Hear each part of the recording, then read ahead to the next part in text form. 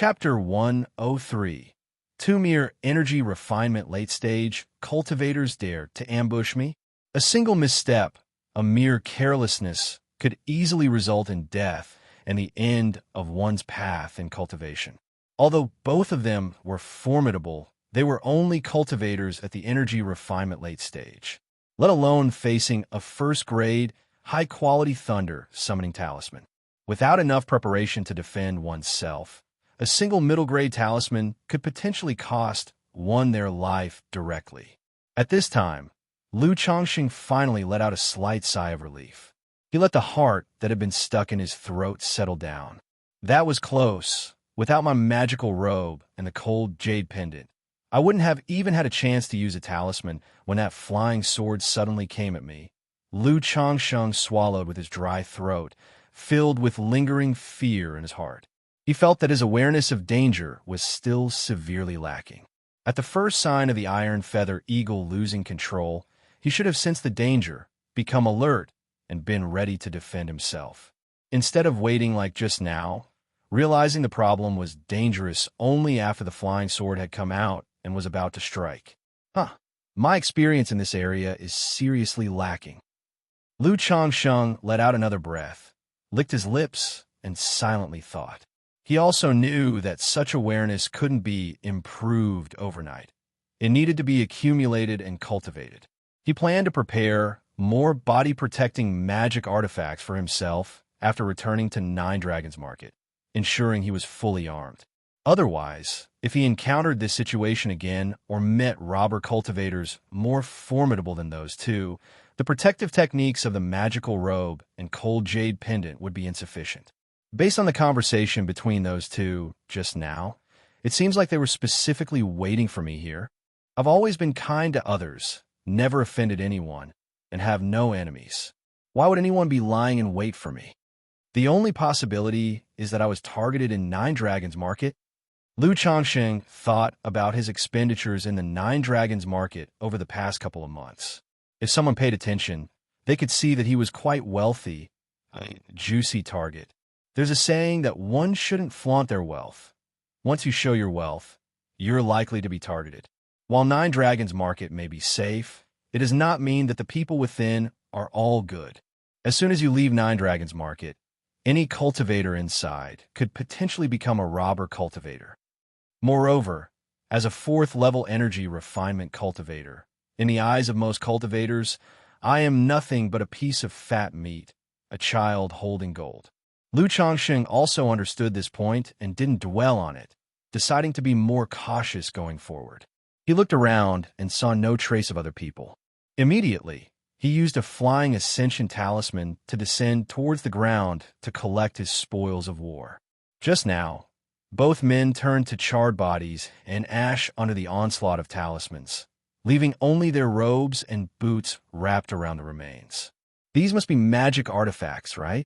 Xianxia looked at the clothes and boots, his eyes lighting up. If these were ordinary clothes, they would not have survived the talisman attack just now. He stepped forward and performed a cleansing technique, cleaning away the remnants and ashes inside the robe and shoes, then picked up the robe to examine it. Under the attack of the talismans just now, the robes had suffered slight damages and were probably only of lower grade. Inside both robes, he found a storage bag. This brought a hint of joy to Xianxia's face. After all, in such a perilous fight of life and death, the spoils are the only thing worth looking forward to. He did not check the contents of the two storage bags right away, choosing to pocket them first. He then searched around and found both men's flying artifacts, flying swords, as well as shield artifacts and curved saber artifacts. After collecting everything, Xianxia felt that this haul should be quite substantial. He took out the Beast Control token to sense the condition of the Iron Feather Eagle. If the Iron Feather Eagle were gone, getting back to Qingzhou Mountain would be quite troublesome for him. Even if he got back to the Nine Dragons Market, he would only be able to do so by running. Through the Beast Control token, he could sense a faint connection with the Iron Feather Eagle. It should still be on the peak. As I suspected, the two robber cultivators must have used Demon Beast Lure to send the Iron Feather Eagle out of control. Rushing to the mountaintop, he thought. An iron feather eagle is worth hundreds of spirit stones. As robber cultivators out for wealth, they naturally wouldn't harm the iron feather eagle, he reasoned. Otherwise, when I was riding on the iron feather eagle, they would have attacked it directly instead of me, he deduced. Lu Changxing thought for a moment and decided to go to the peak to retrieve the iron feather eagle. Seeing that the effects of the flying ascension talisman on him were wearing off, Lu Changxing gritted his teeth, took out another talisman, and used it on himself. Then, with caution in his heart, he hastened toward the mountaintop. Though only 2 people had come to assassinate him just now, they likely didn't have accomplices. But given what had just happened, it was best to be extra cautious. Moreover, demon beasts might also be present between these forested mountains. When Lu Changxing arrived at the peak with great caution, he immediately saw a light brown incense stick as big as an adult's arm, burning on a giant boulder on the mountaintop. Thick white wisps of smoke were slowly floating upward, spreading into the air. Meanwhile, the iron feather eagle was next to the incense, squawking violently and uneasily. "It really is demon beast lure," he confirmed. "It seems these 2 went to great lengths to ambush me, preparing well in advance and putting in a lot of effort," he surmised. "Wait a minute. I left the 9 Dragons market ahead of schedule to go home. How could they calculate my movements so accurately if they were lying in wait out here?" he wondered. "Surely, they can't be lighting a demon beast lure every day in advance, can they?" he questioned. And looking at this demon beast lure, it appears to have only been burning for about 2 or 3 hours, he observed. Lu Changxing's eyes narrowed slightly as he watched the burning demon beast lure in front of him. He sensed that something was amiss. The attackers must have another accomplice. This accomplice was likely in the 9 Dragons market, watching him in secret. The moment he left the 9 Dragons market, they would signal here. Otherwise, how could they be so precise? After all, the iron feather eagle was already quite fast. To prepare even faster, only a transmission talisman would do. It seems they'll need to be even more careful when I return to the 9 Dragons market, he reflected inwardly. He didn't approach the violently uneasy iron feather eagle. He took out a water bullet talisman, activated it to form a water bullet, and shot it at the demon beast lure to extinguish it. With the scent extinguished, the iron feather eagle calmed down quite a bit. Lu Changxing used the beast control token to attempt to command the iron feather eagle and assess its condition. But he found that the iron feather eagle was still in a disturbed animalistic state, not very obedient to commands. It will probably take at least a day for the effects of the demon beast lure on the iron feather eagle to wear off, he estimated. Lu Changxing sighed, feeling somewhat helpless. He knew it would take quite some time for the incense that provoked the demon beast's instincts to fade completely. Right away, he took out a spirit-nourishing pill and threw it to the iron feather eagle to help stabilize its mood by eating. Then he used the beast control token to store the iron feather eagle back into the spiritual pet bag, planning to find a cave to hide in for the time being. Otherwise, if he waited here for the iron feather eagle to recover, the accomplices of the 2 robber cultivators from earlier might arrive any moment. Chapter 104. Fairy, please conduct yourself with dignity. _1 Lu Changxing, using a flying ascension talisman, flew at full force and arrived at a cliff cave several miles away. He used a purification talisman to check himself all over to see if there were any tricks left behind. After confirming there were no problems, he began to clean up the loot in the 2 storage bags. In total, there were 362 spirit stones, 3 lower-grade magic artifacts, and 1 middle-grade magic artifact, a number of elixir medicines, a number of spiritual medicines, a number of talismans, a bunch of miscellaneous items. Lu Changxing estimated that these items were worth 600 to 700 spirit stones. Adding the vestment robe, magic boots, flying sword, shield, curved saber, and flying artifact he had just acquired, it casually amounted to over 1,000 spirit stones. It could be said to be a huge sum of money. A hint of joy appeared on his face. This haul was much more significant than what he had collected before at Bullhead Mountain. One could only say that there were different levels of robber cultivators. Being a robber cultivator at a place like Nine Dragons Market was certainly more prosperous than in a mundane place like Bullhead Mountain. Of course, the risk was also much higher. Lu Changsheng took out a high-grade purification talisman and purified all the items to check if there were any problems. Indeed, under the effect of the purification talisman, 3 items showed signs of branding marks. After destroying these items, along with some other suspicious ones that he did not recognize, Lu Changsheng continued to flee to another place. Thinking that fleeing on his own could leave traces and scents, and also consume too much spiritual power and physical strength, Lu Changsheng immediately took out an escape talisman and used it.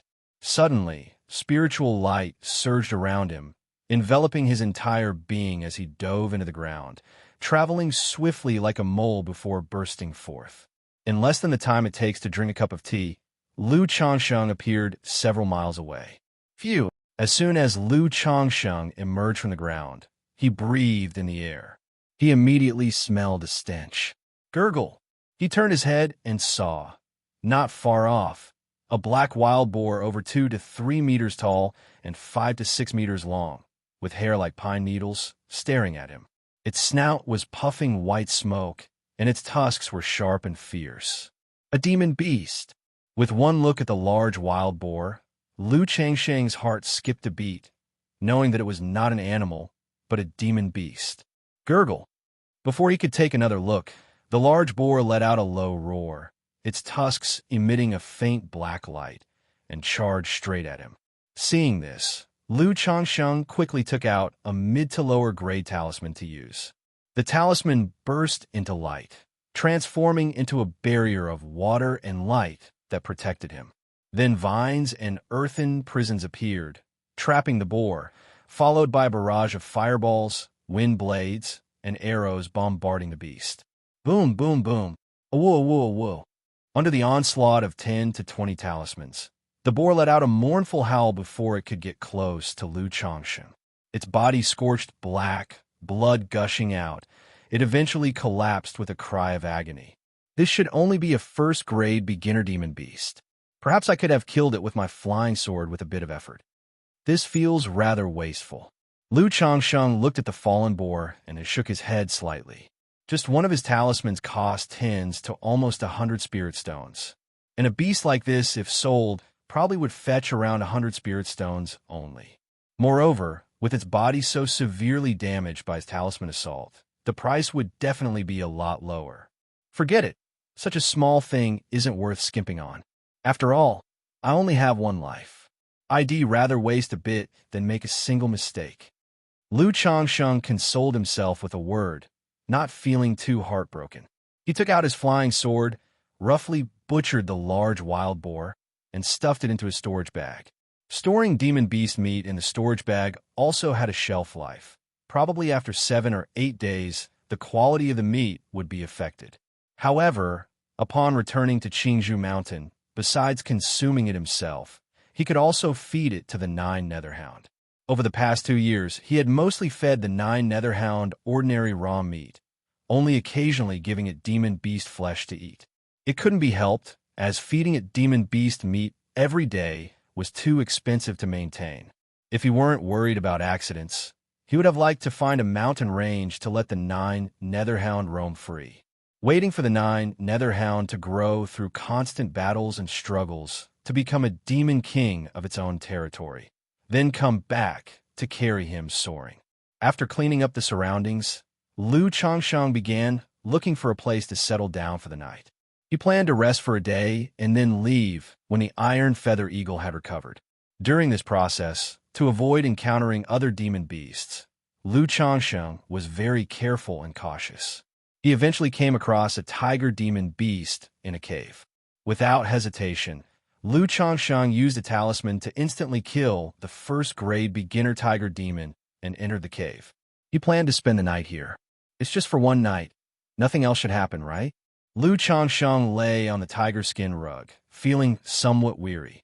While the use of talismans did not drain him, using so many had taken quite a toll on his mental spirit. After taking a couple of sips of white Jade 100 Flowers wine, Lu Changsheng took out a spirit stone and began to meditate and cultivate. The night gradually fell. In the wilderness between the forests, the sounds of wild animals roaring and shrieking filled the night, making it very unsettling. At this time, dozens of miles away, atop a mountain peak, screech. A giant eagle with pitch-black feathers and wings spanning several zhang landed. On the back of the black eagle stood a stout middle-aged man. The man, dressed in a black robe, seemed to blend in with the night. He hopped down from the back of the eagle, his eyes gleaming faintly in the night, and began to inspect the surroundings. After checking the surroundings, Zhou Quanglong muttered to himself, "It looks like I've been outdone. Just the Qi Refinement 4th level young master, and he possesses such strength and means?" Then with a light step, his agile figure leaped into the air and landed back on the eagle's back. Chapter 105. Fairy, please conduct yourself with dignity. The black-winged eagle immediately soared into the night sky. It hadn't flown far when suddenly, a violent surge of light erupted in the distance. This light was so brilliant that it was like a great sun ascending in the night sky, too dazzling to look at directly. "What is this?" Zhou Quanglong on the back of the black-winged eagle looked toward the source of the light. But with his peak Qi refinement cultivation level, he couldn't see it clearly. As the light dimmed slightly, a clash of colorful halos and black-red tornadoes could be seen colliding together, erupting with thunderous booms. Boom, boom, boom. The two streams of light moved across the sky, constantly colliding and sweeping across, unleashing a heavenly turbulence. The shockwaves that landed on the mountains below caused them to tremble violently and crumble incessantly. The fierce birds and beasts in the forest were so frightened that they trembled and fled in all directions. This is a battle between nascent soul immortals. Zhou Quanglong finally made out that within the colorful halos and the black-red tornadoes, there were faintly visible figures, a woman dressed in colorful garments and an old man in red robes. They exchanged blows, lighting up the night sky and making the clouds roll and unfold. "Run! We must quickly escape from here." Seeing that the two nascent soul immortals were moving in his direction, he immediately urged his black-winged eagle to leave quickly. However, at this moment, the large black eagle beneath him, under the astonishing aura in the distance, had already begun to let out cries of fear. "Damn it! I've raised you for so long. At the critical moment, you're totally unreliable," Zhou Quanglong cursed, seeing his pet mount tremble. But he knew that although his black-winged eagle had high-rank bloodline, it was after all only at late first grade. In the face of such terrifying auras from nascent soul immortals, it would instinctively feel fear and terror. It wasn't just pets. He himself was also panicking. After all, this was a battle between nascent soul immortals. If even a slight shockwave hit him, he would be either dead or crippled. Right then, he had the black-winged eagle land straight away, planning to find a place to hide. Otherwise, being in the air was just too conspicuous.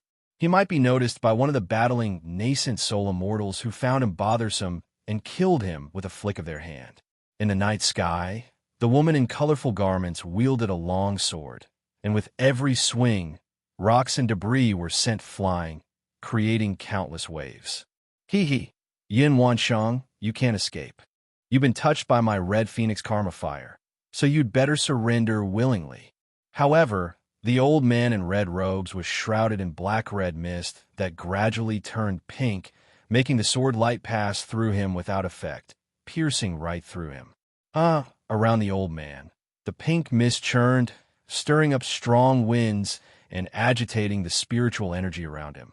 Amidst the mist, the sound of men's and women's soft moans constantly assailed the mental spirit, stirring up inner desires. So this is a nascent soul immortal, truly terrifying. Zhou Quanglong had just landed when a shockwave hit close by.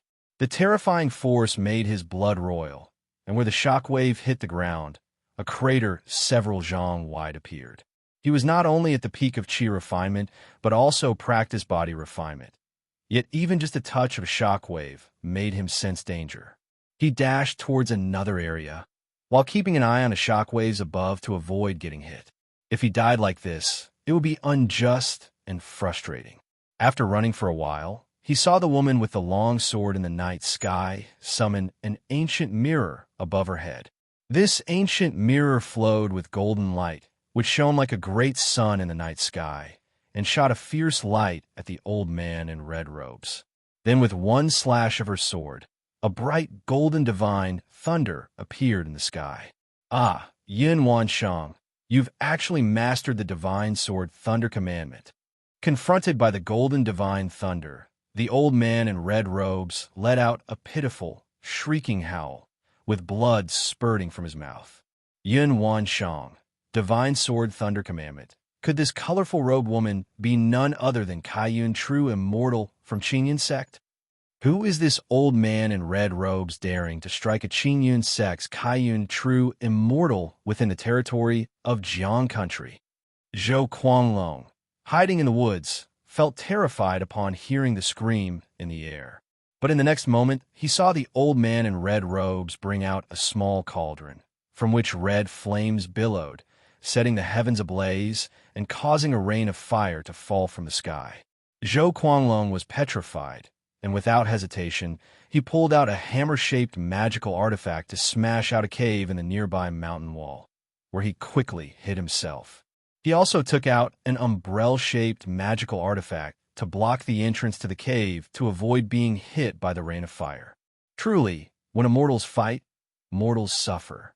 I, Zhou Quanglong, am at least a figure of some status and have seen all sorts of scenes. But in front of nascent soul immortals, I am nothing but an ant. Zhou Quanglong gasped for breath in the cave.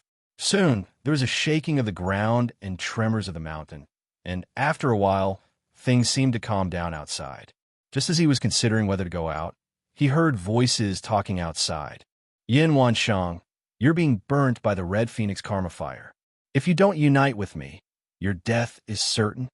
If you agree to unite with me, using your Tongyu Phoenix marrow body to heal me and aid my cultivation, I, Huyin Xiao, am willing to make the heart demon great oath and henceforth be loyal to you. An old and weak voice rang out. Red Phoenix, old demon Huyin Xiao?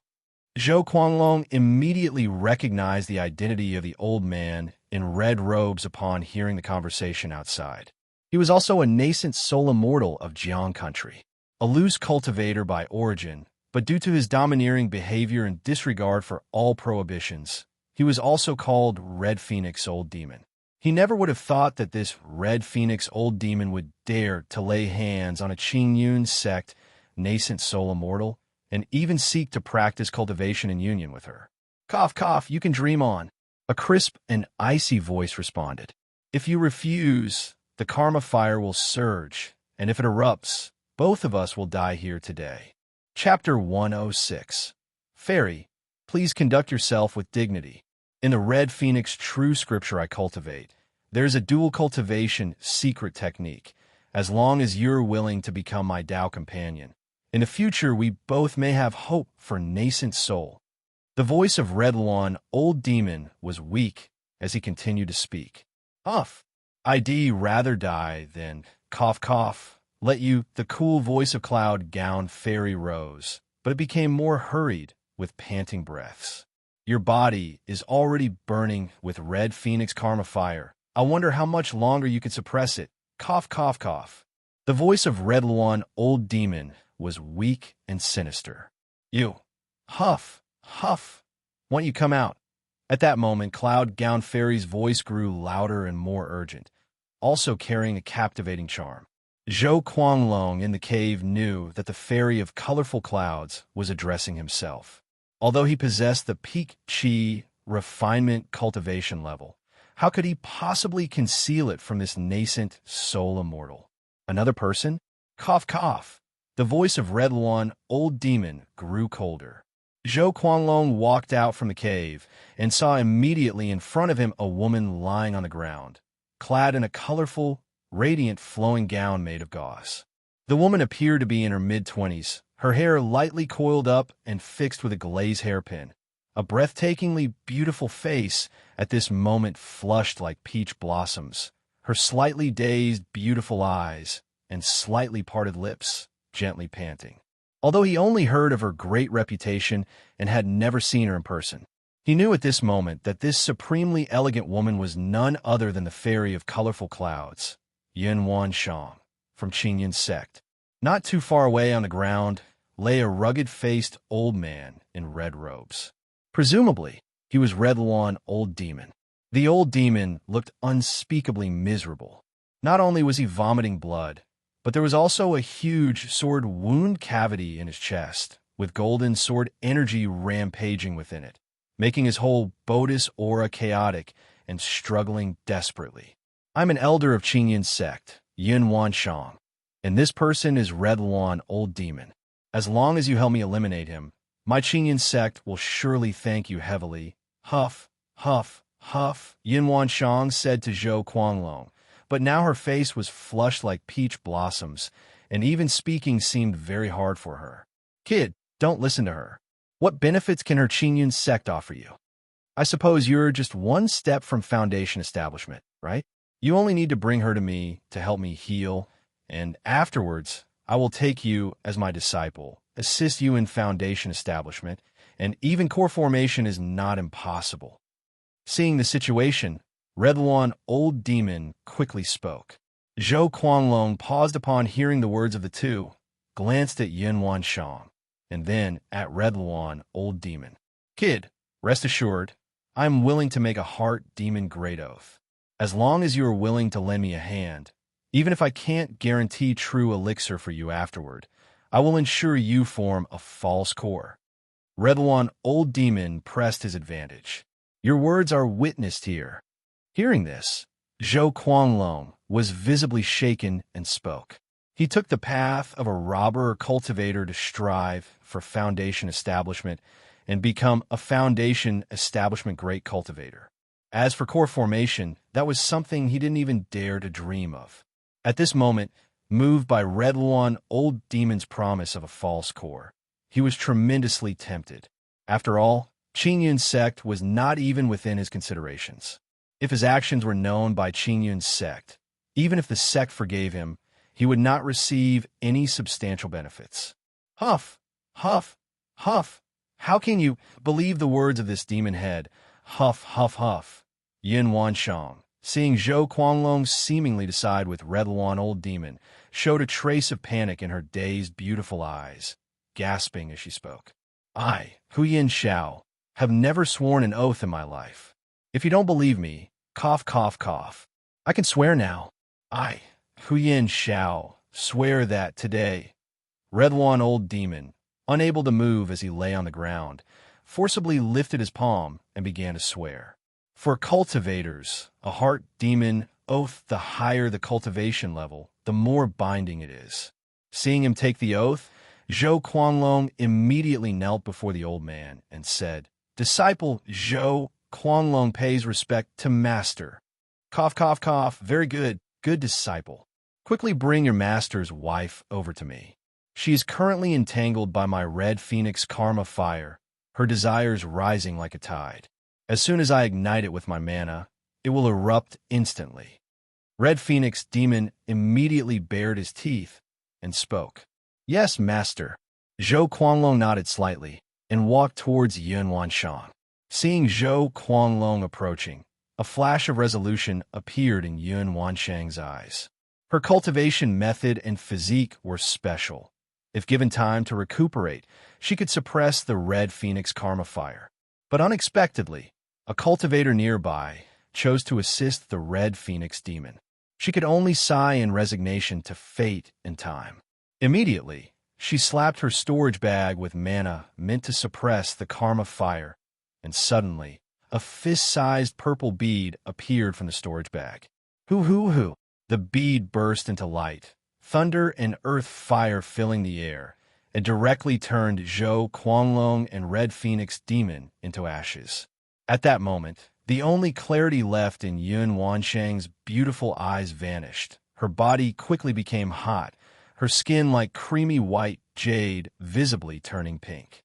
And just then, As if by instinct, she sensed something in the midst of the void and shot out like a divine rainbow. Meanwhile, not far away, inside a cave. Holy shit, it's finally quiet.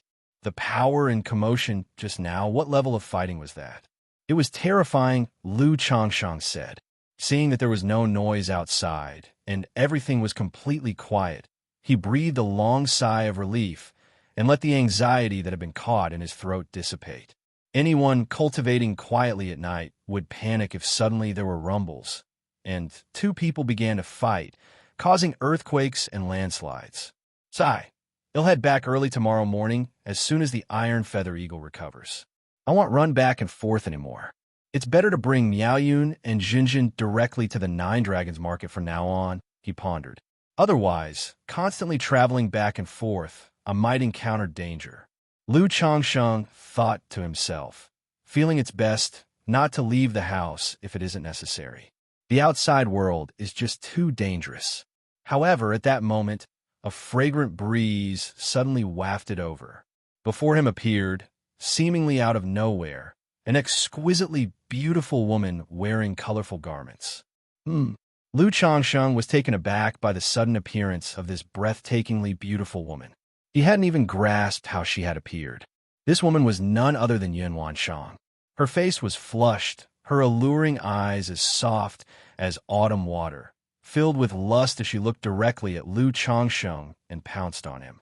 Lu Changsheng was immediately pinned down by the woman and could not move. He struggled several times, but to no avail. He could clearly feel the heat of the woman's body before him. It felt like a raging fire was burning.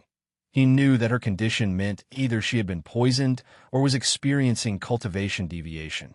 Fairy, please comport yourself. Lu Changsheng called out a few times, but the woman, out of her senses, didn't respond to his calls. Instead, she pinned him underneath her, and her moist lips came closer to kiss him. Who could withstand such a situation? Looking at the heavenly beauty before him, feeling her mature and soft body pressed against him, the intoxicating fragrance of her breath, Lu Changsheng let out a soft sigh. If this situation was inescapable, then there was no point in resisting. He might as well choose to enjoy it. Lu Changsheng lay back sprawled and relaxed. Afterward, the cave resounded with intense activity that lasted for a moment before a magical robe was thrown at the entrance of the cave.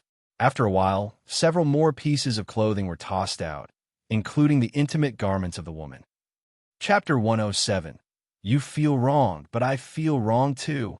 _1 in the cave. Lu Changsheng sat naked, hugging his knees, pitifully and helplessly crouching in the corner of the wall. He resembled a ravished fine lady or gentleman, looking aggrievedly at the stunning beauty in front of him. The beauty was draped in a multicolored gown that seemed made of rosy clouds, her eyes like autumn pools, her brows like distant mountains. Her nose was high and proud, her lips red and moist as if dripping with color. Her black hair, slightly unkempt, loosely draped over her shoulders. Beneath the hem of her gown, a pair of snow-white delicate feet were bare, as if carved from jade and sculpted from snow, utter perfection, glimmering with a faint crystal sheen. The curve of her ankle was graceful, slender yet full, and the arch of her foot was curved like the moon, drawing an exquisitely beautiful arc. Her 5 toes were symmetrically neat, like white jade grapes, uncolored yet showing a rosy translucence, moist and tempting, inciting an urge in one to gently touch and play with them. In these 3 days, every part of this exquisite Bowtai's body, every inch of her skin, had been appreciated and touched by Lu Changsheng. But at this moment, her voluptuous and tender, enticing jade body took on a different aura when clothed in this garment. It was entirely different from the demeanor, posture, and expressions Lu Changsheng had seen in these 3 days. It was as if she had become a different person. Although her chi seemed somewhat disordered, she looked extraordinarily noble, like the lofty 9 heavens' mysterious lady, untouched by worldly dust. One glance at her would make one feel ashamed, invoking a sense of unworthiness and a fear to blaspheme. She appeared to be right before one's eyes, yet she felt incredibly distant, making it hard to discern her face, hard to reach out to, like a celestial maiden in the clouds, ready to ride the wind away at any moment. Yin Wansheng also looked indifferently at Lu Changsheng before her. Within the depths of her eyes, which flowed like the Milky Way, there was a great complexity. She had always been proud and focused on her cultivation. Since embarking on the path of cultivation, over the past 100 years, she had encountered countless young heroes and genius demons. Yet not one of them had ever stirred her heart.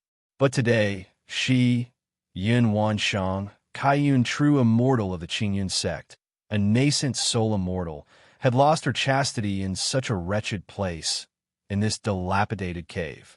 And the one to take it was a mere Qi refinement stage junior cultivator. Such an energy-refining cultivator, under normal circumstances, she might not even spare an additional glance. Yet, in this instance, he had directly taken her innocence and broken her Tongyu Phoenix marrow body. Even with her centuries-old temperament, Yun Wansheng couldn't remain calm at this moment. A surge of humiliation and killing intent arose within her heart, especially seeing his pitiful and helpless, aggrieved expression, which greatly irritated her. She longed to slay the young man before her, to vent the hatred in her heart. How could it be? Could it be that this matter has wronged you? You feel wronged, but I am the one who feels even more so. Not only did I lose my innocence, but the spirit-nurturing energy of the Tongyu Phoenix marrow body was also taken by you, aiding in your marrow cleansing and significantly advancing your cultivation level. And you still feel pitiful and aggrieved? Yun Wansheng grew more aggrieved the more she thought about it, wishing she could kill Lu Changsheng to appease the resentment in her heart. But a part of her heart was somewhat reluctant. After all, he was the man who had taken her virginity. It left her with a strange feeling in her heart. Moreover, she also understood that this matter couldn't be entirely blamed on him. She even had to thank Lu Changsheng for saving her life. When she used the Thunderfire Pearl to kill the man in the black robe and the Red Phoenix Fiend, she was determined to face death. She was prepared to die from the burning of the Red Phoenix Karma Fire, if not for the young man before her, who, through their 3 days of union, extinguished the Karma Fire. She might already be extinguished under the Red Phoenix Karma Fire. Moreover, after the fire began to recede, she also regained a trace of clarity in her consciousness. She knew that the process was largely under her control. The junior cultivator at the Qi refinement stage couldn't resist during that time. He was at the mercy of her actions. Consider what happened between us, just a dream. You'd best keep this matter to yourself forever, not a word to another soul, or he'll have to kill you, Yin Wansheng said with trembling lashes, her face expressionless. I understand, Lu Changsheng replied, a sigh of relief in his heart. Although the woman before him was unimaginably beautiful and had been intimately involved with him for 3 whole days, he was well aware that in the cultivation world, there was no such thing as a fait accompli. To think that because he had taken her virginity, she would marry him was a fantasy. His pitiful and helpless demeanor was a ploy, dreading that she might want to kill him out of shame and indignation for losing her virginity to him, slapping him dead with a single blow. After all, Lu Changsheng was acutely aware of the woman's formidable nature, her cultivation level deep and unfathomable. Otherwise, his cultivation level would not have soared during their 3 days of bliss. In her presence, he was no different from an ant. If she wished to kill him, he would have no power to resist. After speaking, as if to further reassure the woman, Lu Changsheng earnestly continued, I will treat this matter as if it never happened and will never mention it to anyone. If it leaks out, feel free to kill me.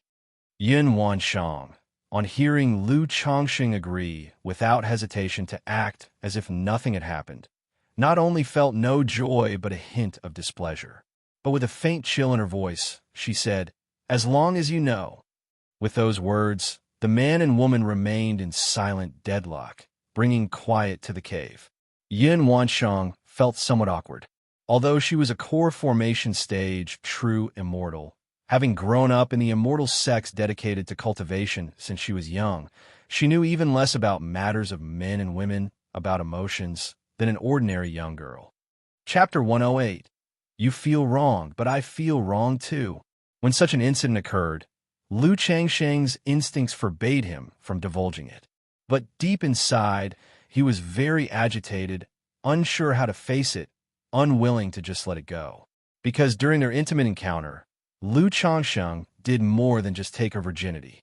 She possessed a very rare constitution, the Tongyu Phoenix marrow body. In the early stages, this constitution doesn't offer any benefits for cultivation. But after a breakthrough into the core formation stage, it becomes effective. A strand of spirit-nurturing energy would emerge within her body. This spirit-nurturing energy has the effect of purifying the true elixir and enhancing the consolidation of the nascent soul. Yet this spirit-nurturing energy, after her Tongyu Phoenix marrow body was deflowered, automatically entered Lu Changsheng's body. And there's no way to reclaim or regenerate this energy. It can only grow and be nourished within Lu Changsheng's body, using their Tongyu Phoenix marrow bodies and a secret dual cultivation technique as a catalyst, thus allowing the spirit-nurturing energy to benefit both the man and woman in refining the true elixir and enhancing the nascent soul. Previously, even though the Red Phoenix Fiend submitted and pledged loyalty to her, he desired to dual cultivate with her, precisely because of her Tongyu Phoenix marrow body and the spirit-nurturing energy within it. But now, her spirit-nurturing energy has entered the body of Lu Changsheng, a minor cultivator in the Qi refinement realm. She had just checked Lu Changsheng's spiritual root grade. It was only an 8th grade spiritual root. This revelation left her dumbfounded. Such a spiritual root made core formation seem remote, let alone the challenge of achieving the foundation establishment stage. This view of Lu Changsheng made Yun Wanshang speechless. She couldn't fathom how someone with such good looks could have such a poor spiritual root. Having cultivated arduously to core formation and possessing the Tongyu Phoenix marrow body, she could have chosen any suitable husband, with a future prospect of reaching the nascent soul stage. But now, her heart was filled with a sense of grievance. Yin Wanshang stopped dwelling on these thoughts, not wanting to look at Lu Changsheng anymore, as it would only make her more frustrated.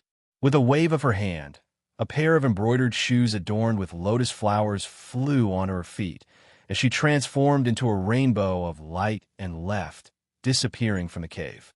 Phew! Upon seeing the woman leave, Lu Changsheng heaved a deep sigh. Turning into a rainbow to fly, this woman must be a nascent soul immortal, right?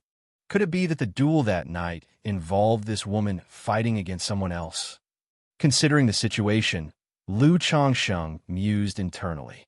He also waved his hand, picking up and donning his clothes. Just then, a jade pendant flew steadily from the sky and landed in front of him. This jade pendant can conceal your aura. If you ever face a life-threatening crisis in the future, you may activate this pendant. Should you successfully reach the foundation establishment, I may consider giving you a chance. Meanwhile, a cold and indifferent voice sounded in Lu Changsheng's ears. It was Yin Wanshang's voice. Facing a life-threatening crisis, activate the jade pendant.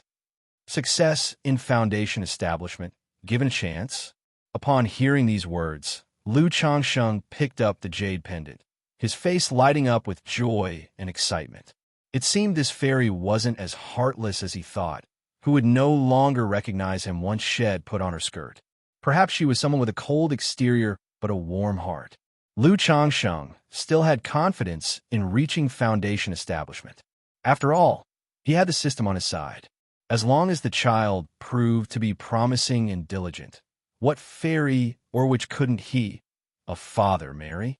There and then, Lu Changsheng bowed towards the sky. Thank you, fairy. I, Lu Changsheng, will surely strive to cultivate to the foundation establishment stage. However, there was no response from the heavens. Lu Changsheng stood for a while, and when he received no reply, and since the other party had truly left, He began to examine the jade pendant in his hand.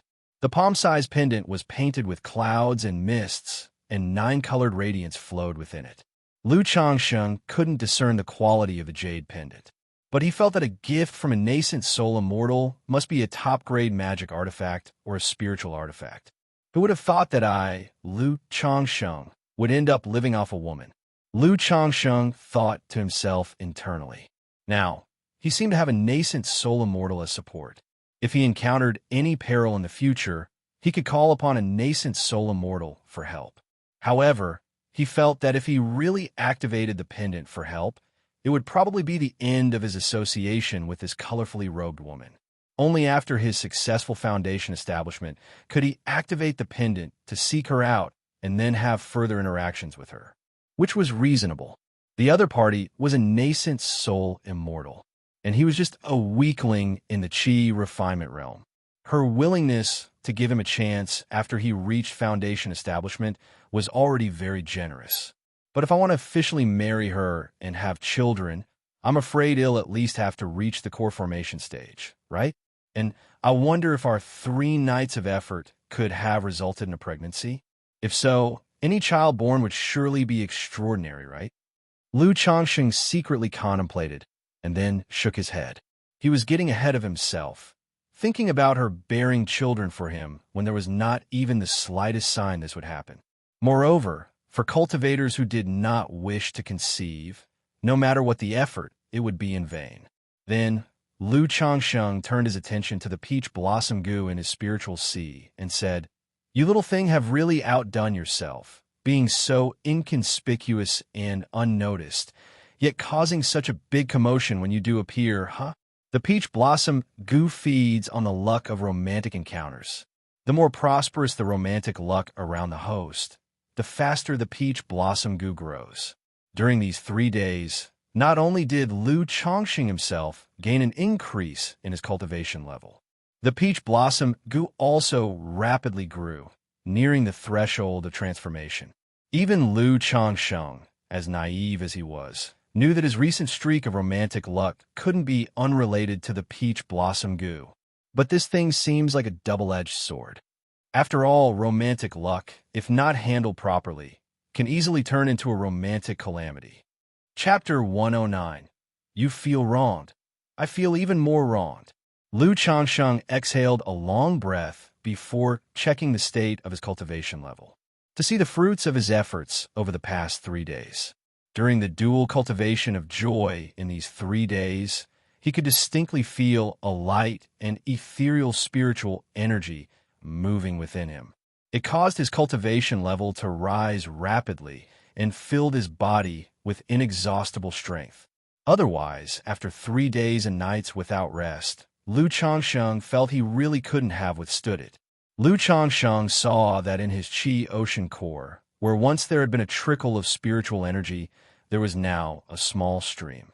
With a slight circulation of spiritual power, he immediately felt an inner surge like a flowing stream, far more vigorous than before. This was the manifestation of the 6th level energy refinement, and he had reached the peak of the 6th level. As long as he broke through the bottleneck from the middle stage to the later stage, he could advance from a 6th level to the 7th level energy refinement. At the peak of the 6th level energy refinement, in just 3 days' time, I've broken through from the 4th level to the peak of the 6th level. This speed is simply relying on my own slow cultivation. It would take at least a decade to go from the 4th level to the peak of the 6th level, right? Moreover, the enhanced spiritual power doesn't have the slightest bit of hollowness. In fact, it is even more robust than before. Lu Changsheng looked at the spiritual energy in his Qi ocean core, filled with excitement. Immediately, his eyes brightened with joy and excitement. Not only have I made a breakthrough to the 6th level, but my 100 refinements treasure body art has also succeeded. The first layer has been cultivated. Lu Changsheng's eyes sparkled with determination and spirit as he suddenly clenched his fist and struck fiercely towards the cave wall. Bang! That punch, like a heavy hammer, smashed into the wall, leaving behind a large crater with a network of dense cracks spreading and a shower of rocks falling from above. This punch, it's got to be worth 20 years of strength. Lu Changsheng looked at the effect of his punch, his face full of delight. Then, as if thinking of something, he pulled out a flying sword from his storage bag. It was an inferior flying sword obtained from a robber cultivator. He then gently drew the flying sword across the skin of his finger. A faint resistance transmitted, leaving a white mark on his finger. If I apply force, it can still cut through. But this defensive power is decent. To truly become immune to a magic artifact with flesh alone, it's probably necessary to cultivate the 100 refinements treasure body technique to the 4th layer, right? Lu Changsheng did not continue to experiment, feeling very satisfied with his current situation, extremely so. He felt better than ever before, as if he could entertain 10 women through the night. At this moment, Lu Changsheng faintly sensed traces of a weak energy still roaming inside his body. He closed his eyes and quietly felt it. This energy, could it be the light and ethereal energy that entered my body during the dual cultivation? Could it still be in my body? Not only did this energy allow my cultivation level to break directly through to the 6th level energy refinement, but it also had an effect of marrow cleansing and nurturing the flesh. What exactly is this? Is it the effect of a cultivation technique? Or could it be that she possesses some kind of spiritual body that's beneficial to dual cultivation? Lu Changsheng sensed this energy, which he couldn't control, and speculated in his mind. He immediately dismissed it as a cultivation technique. After all, that kind of cultivation technique was usually for cauldron-based cultivation. And how could someone capable of reaching nascent soul, immortal, be cultivating such techniques?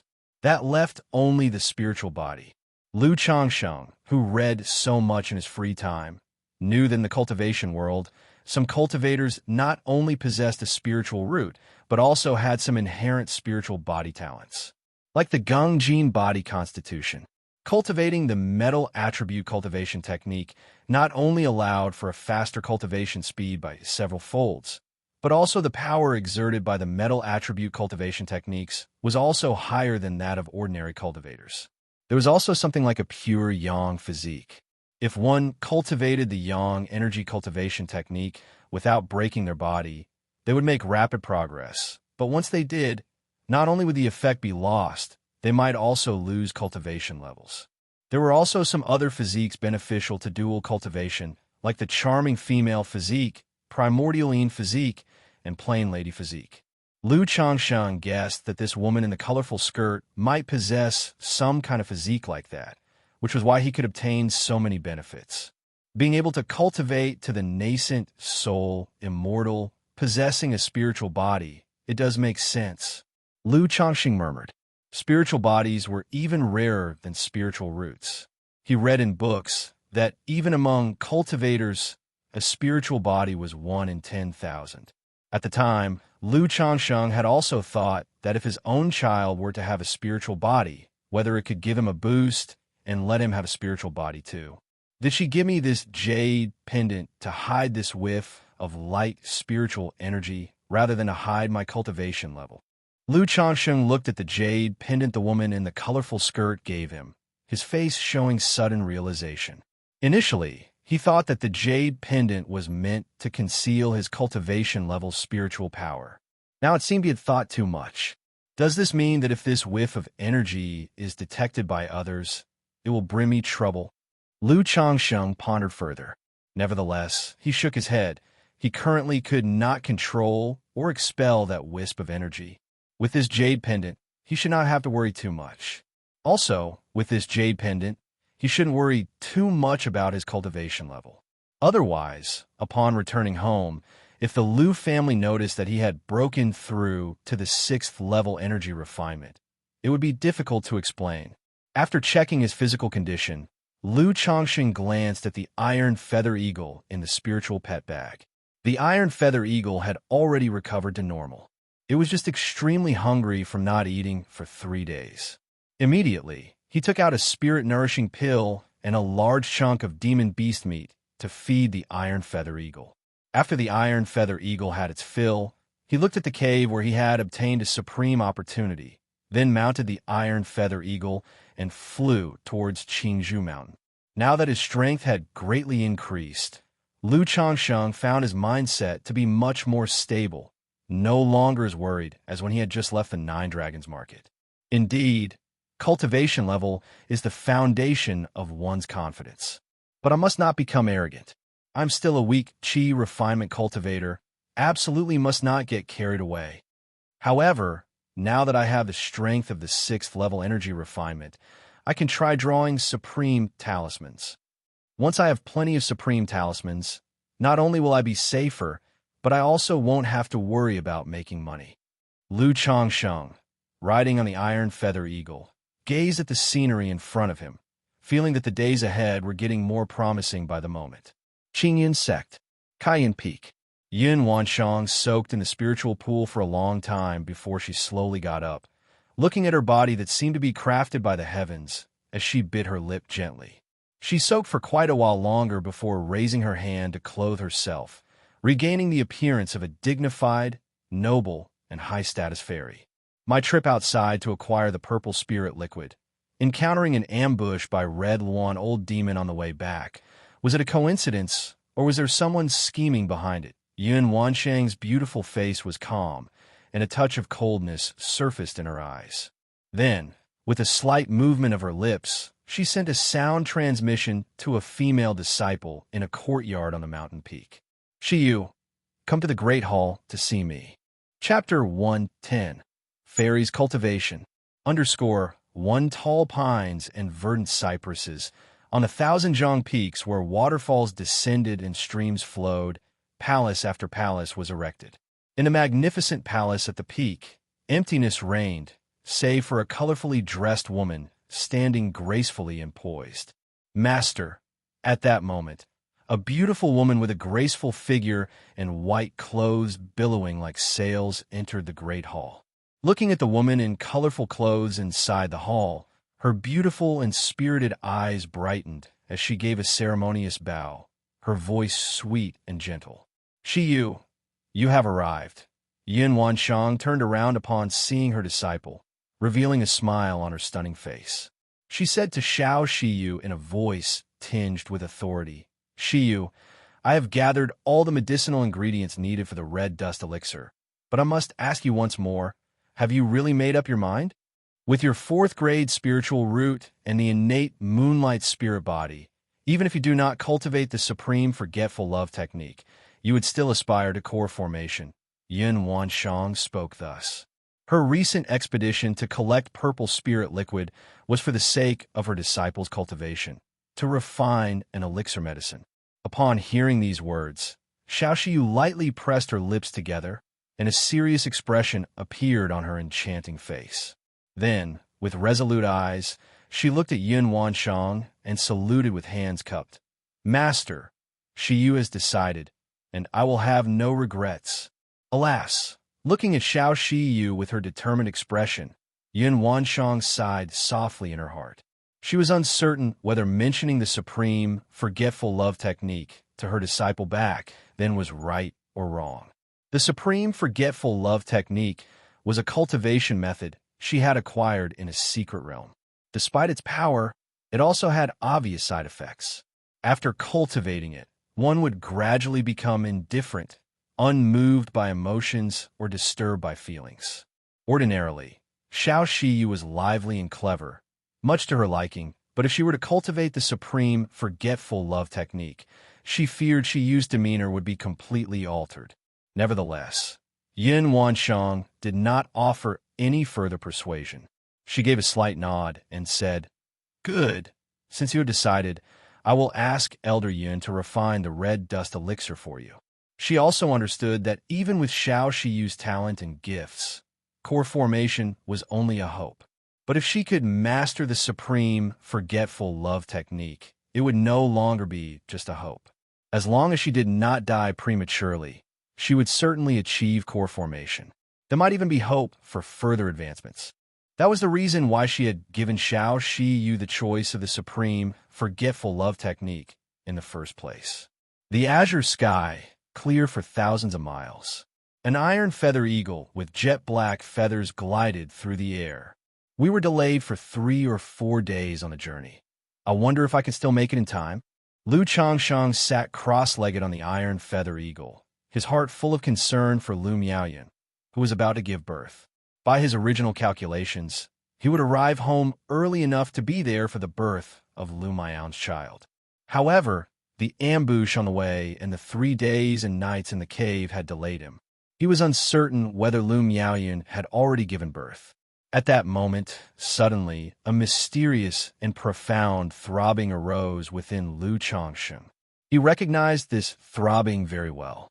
It was the stirring of the spiritual root. Lu Changsheng abruptly looked into the distance towards Qingzhou Mountain, his face alight with joy and excitement. At this moment, he seemed to hear the cry of a baby from afar. My child has been born." This profound throbbing gave Lu Changsheng a feeling as if there was a blood connection. He knew Lu Miaoyan had given birth, and his own child had entered the world. And this child did not disappoint his expectations or hopes. He possessed a spiritual root. This sensation of the spiritual root's enhancement seems to be stronger than the previous 2 times. Lu Changsheng reflected on the fleeting moment of the spiritual roots stirring. Having already 3 children with spiritual roots, bolstered by 3 increments, he could sense the subtle differences brought by the enhancement of the spiritual root. For his previous 3 children, their spiritual roots, he was rather certain. 1 with a 9th grade spiritual root, and 2 with 8th grade spiritual roots. This child now had a high likelihood of having a 7th grade spiritual root, just like Lu Miaoyan's spiritual root. In that moment, Lu Changsheng exhaled deeply, his gaze fixed in the direction of Qingzhou Mountain, his heart yearning to return home.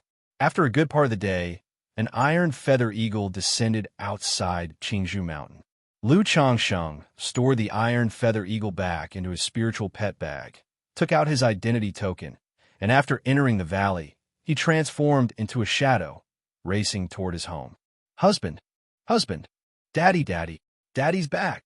As soon as Lu Changsheng stepped into the manor, his wives and the playing children saw him and greeted him with joyful expressions, shouting to Lu Changsheng, "Husband, Sister Miaoyan has already given birth today. It's a boy." One of the wives approached and informed Lu Changsheng. "Good. He'll go see Miaoyan." Lu Changsheng nodded and made his way to a certain courtyard. He saw Lu Miaoyan in the courtyard holding a swaddled baby, her face beaming with maternal radiance. Chu Jinjin and several wives were at her side, watching over the child and chatting with her. "Husband." The women showed delight at Lu Changsheng's return. Lu Changsheng nodded slightly, then said to Lu Miaoyan, "Miaoyan, I apologize for coming back late due to some mishaps on the way." He had promised Lu Miaoyan that he would arrive before the birth of their child. Although he initially planned to make it in time, due to unforeseen occurrences, he was delayed by half a day. There was also some guilt in his heart. "It's all right, husband." Lu Miaoyan, having just given birth, was still somewhat weak and her complexion was a bit pale.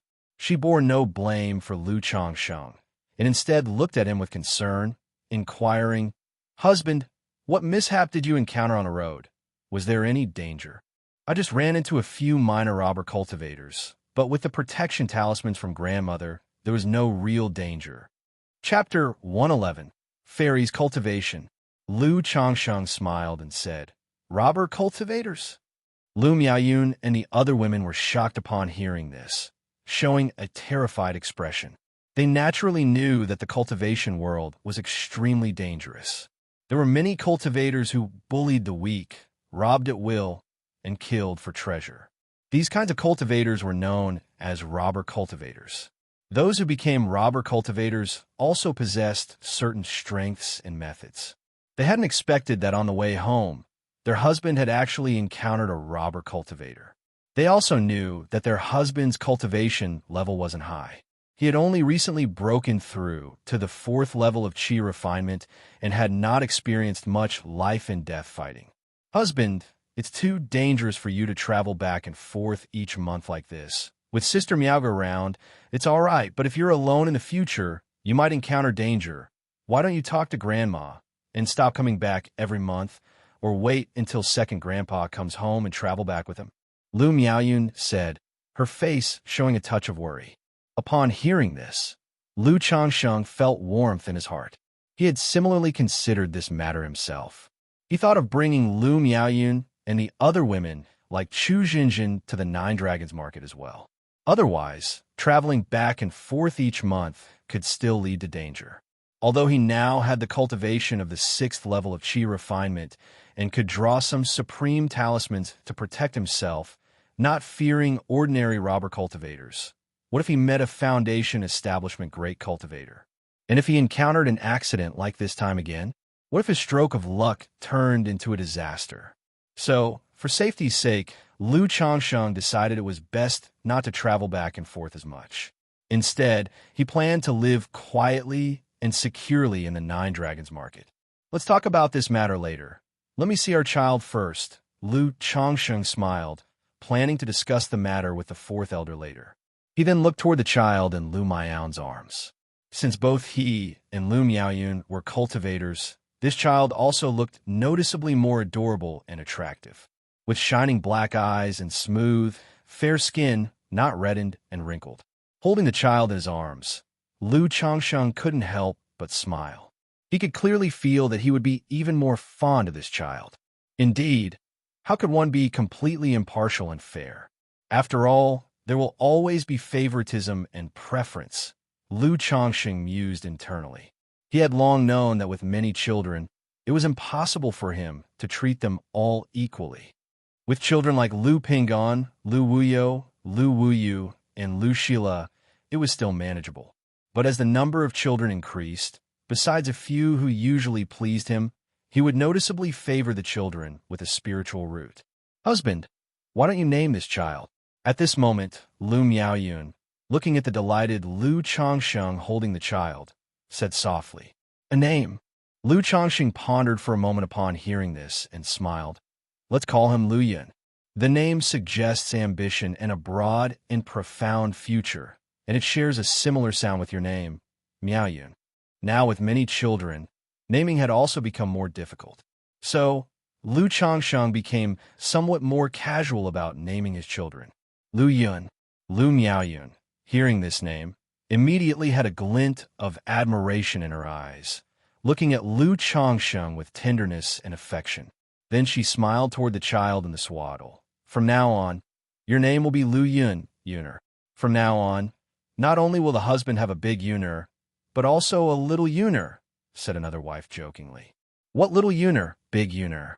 In my heart, there's only one Yuner," Lu Changsheng immediately said, embracing Lu Miaoyun who was beside him.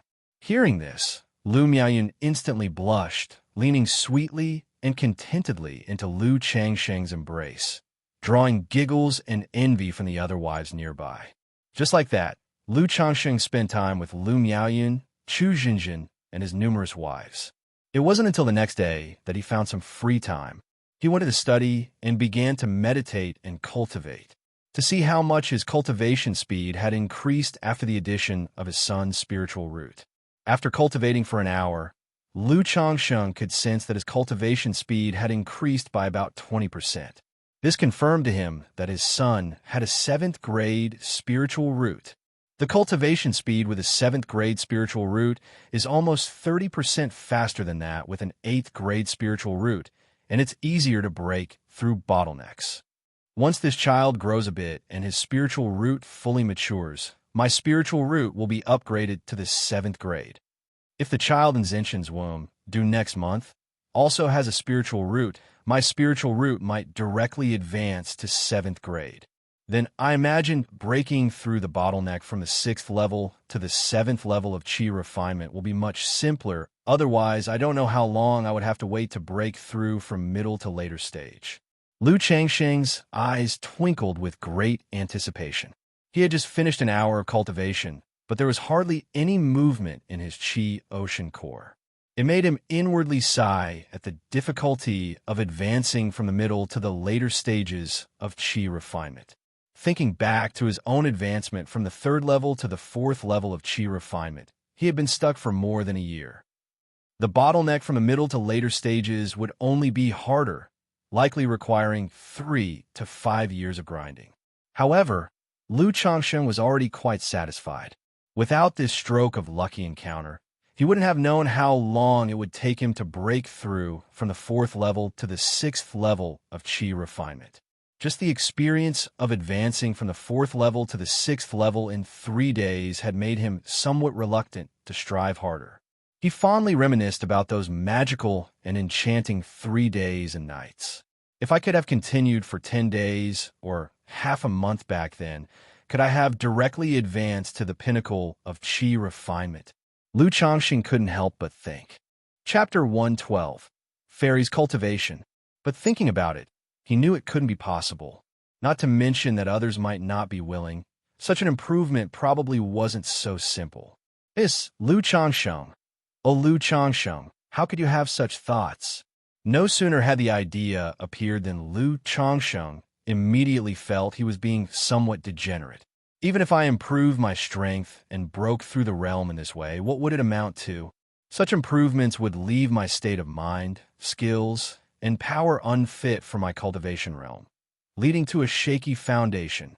Only through my own efforts, step by step, keeping grounded, and the principle of more children, more blessings, can I truly enhance myself and attain the ultimate way.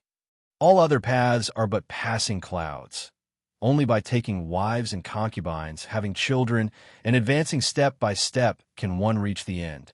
Xianxia immediately introspected, cast aside the crooked thoughts in his mind, firmed his belief, and adhered to the path of self-improvement with the more children, more blessings policy. Phew, don't forget why you started, and you will be able to endure to the end. Remember the original intention.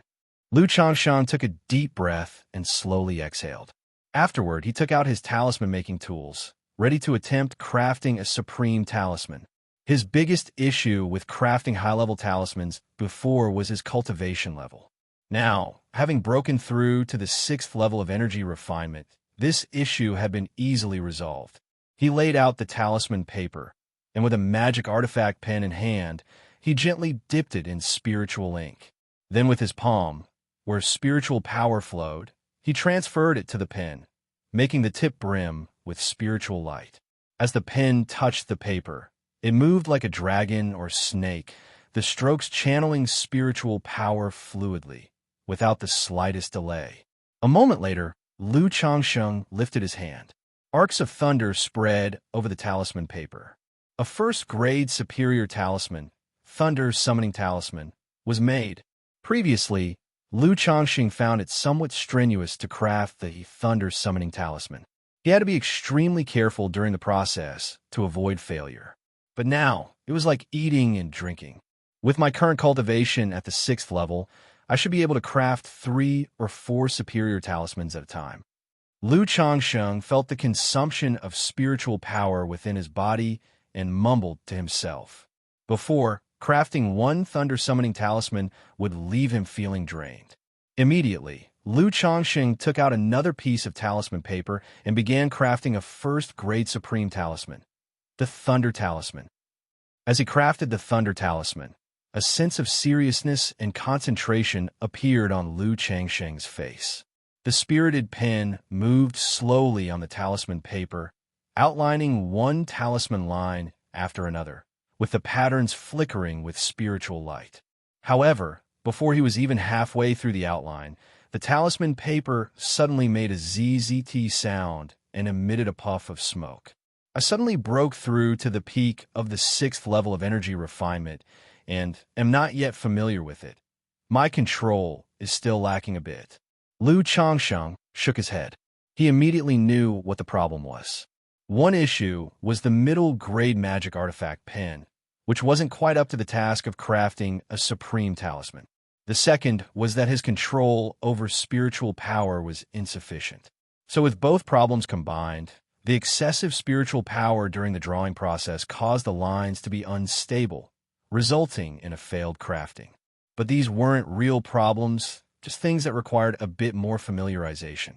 Feeling the spiritual power within his body, Lu Changsheng didn't continue with talisman making. He planned to wait until later when his spiritual power and mental spirit recovered before trying to craft a supreme talisman again. With a cultivation level at the 6th level, crafting a supreme talisman was not an issue. But he could likely only make one at a time, without the possibility of continuous crafting.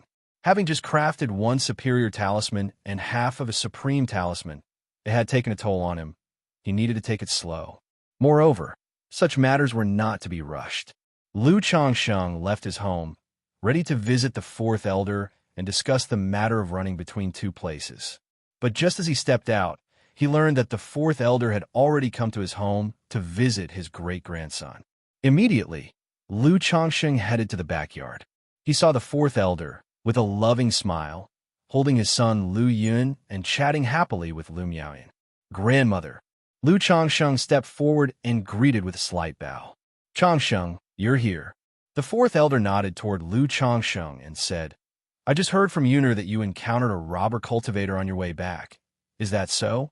Yes, but with the talisman you gave me, Grandma, Changsheng didn't experience any mishaps. Lu Changsheng said so.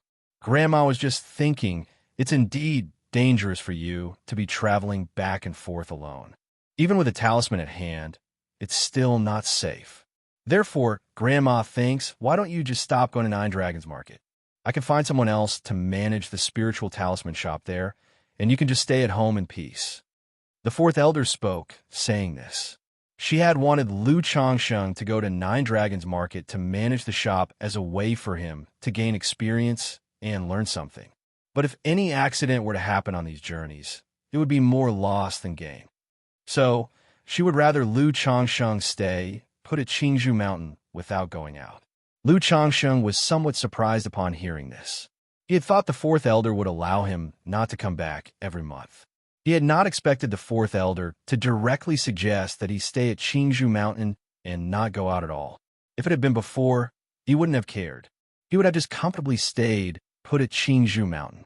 But now, having tasted the conveniences and benefits of Nine Dragons Market, he had a preference for staying there long term. Otherwise, spending all his days at Qingzhou Mountain, he would miss out on buying materials for the 100 Refinements treasure body art, materials for talisman making, earning spirit stones, or even finding a girl. Grandma, Changsheng still wants to go to Nine Dragons Market to experience the outside world. However, I'm thinking of bringing Yuner and the others to Nine Dragons Market later on. When coming back home, I can come with the 2nd elder. Lu Changsheng voiced his thoughts. Yesterday, he had also heard from Lu Miaoyan that the 2nd elder would return after a certain period of time as well. That's also fine. With your talent in talisman making, there's not much more Grandma can teach you, and you don't have to come back every month. As for the matter with Yuner, you and your wife can discuss it among yourselves. It's not a problem to come back with the 2nd elder. The 2nd elder comes back almost every 6 months, which is also suitable, said the 4th elder after a moment of contemplation, nodding her assent. She could understand Lu Changsheng's thinking. After all, what 20-something-year-old would want to stay cooped up in Qingzhou Mountain all the time? Shortly after, Lu Changsheng finished chatting with the 4th elder and also discussed with Lu Miaoyan, Chu Xinjin, and the others about the subsequent arrangements. For this trip, he would stay at home, waiting for Chu Xinjin to give birth before going back to Nine Dragons Market. As for Lu Miaoyan and Chu Xinjin, there was no rush to head to Nine Dragons Market. They would first strengthen themselves in Qingzhou Mountain and take care of the child. Lu Pinggan, Lu Wuyu, and the other children had been sent by Lu Miaoyan to White Deer Mountain Villa not long ago to study. If everyone left, there would be no one to watch over so many children at home. Thus, Lu Changsheng settled down in Qingzhou Valley, waiting for Chu Xinjin to have the baby. In the meantime, Lu Changsheng tested out the effects of the 100 Refinements treasure body art a little. All he could say was it truly lived up to the orthodox level body refining techniques. Just the first level alone, and his physical body was comparable to a magic artifact, capable of dealing with 10 women in a single night. It just made him think about when he could get his hands on another cultivation technique that refined the 5 viscera and 6 bowels. Ideally, one that would transform his kidneys into an eternal furnace. In the blink of an eye, a month passed. That day, Lu Changsheng was feeding the 9 netherhound in the courtyard. The 9 netherhound was now over a meter tall, its fur black and glossy, with sharp, interlocking fangs protruding from its mouth and vertical pupils that intimidated the soul. Lu Changsheng felt that in a few years, anyone would be able to see the 9 netherhound's extraordinariness. The idea of setting the 9 netherhound free, letting it grow on its own outside, seemed indeed worth considering. Just then, Chu Jinjin suddenly cried out in pain, signaling that she was about to give birth. Chapter 113. Having a baby. Pregnancy plus 10. Lottery draw _1 outside the birthing room. Lu Changsheng, holding his son Lu Qianjin and accompanied by several wives and concubines, waited outside. Lu Qianjin was his first child with Chu Jinjin, possessing an 8th grade spiritual root. Wah! Soon, a clear cry of a baby echoed from the birthing room, invigorating Lu Changsheng's spirit. However, at this moment, he felt no anomaly, no palpitations. Immediately, Lu Changsheng knew. The child Chu Jinjin bore had no spiritual root. Having anticipated this for so long, upon learning at this moment that the child had no spiritual root, to say there was no disappointment would be impossible. But in a moment, Lu Changsheng came to terms with it. Even if both parents had spiritual roots, the probability of their child being born with one was only about 10 to 20%.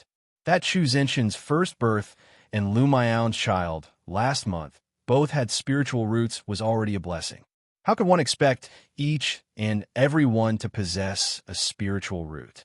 Lu Changsheng was quite open-minded about this and walked into the birthing room, still holding Lu Qianjin.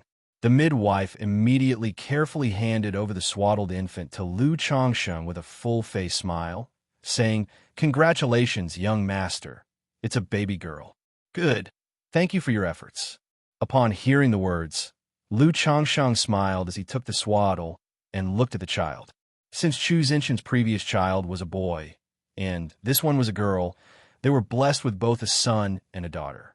"Qianjin, this is your younger sister."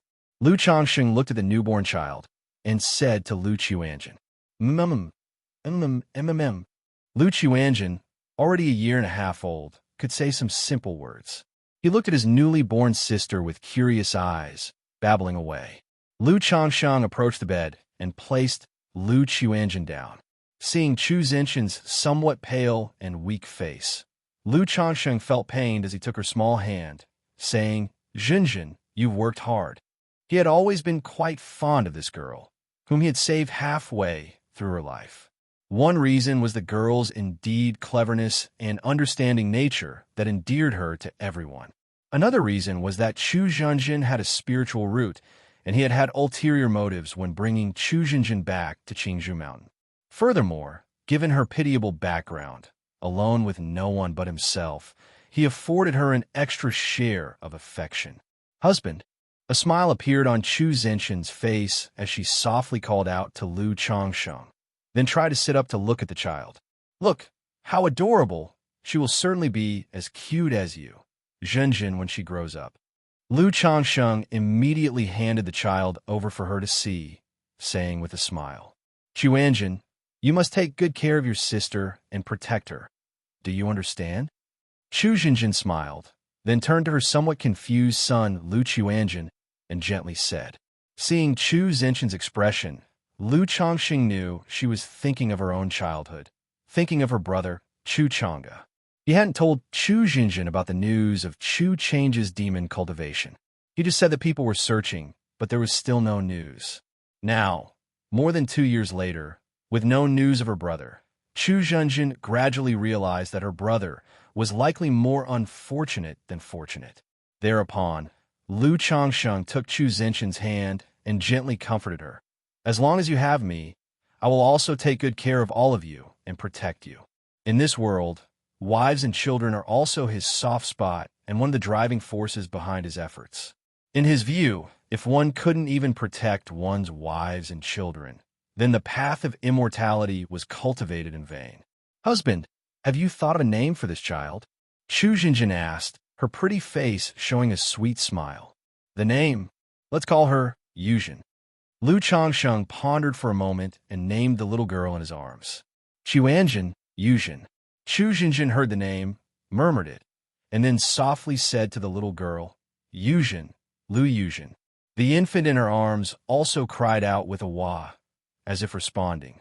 Seeing this scene, both Lu Changsheng and Chu Xinjin couldn't help but look at each other and smile. Soon after, the couple chatted for a while, and Lu Changsheng told Chu Xinjin to rest well before leaving the room with the children. Atop a solemn, austere, and eerily sinister platform, the cold wind howled.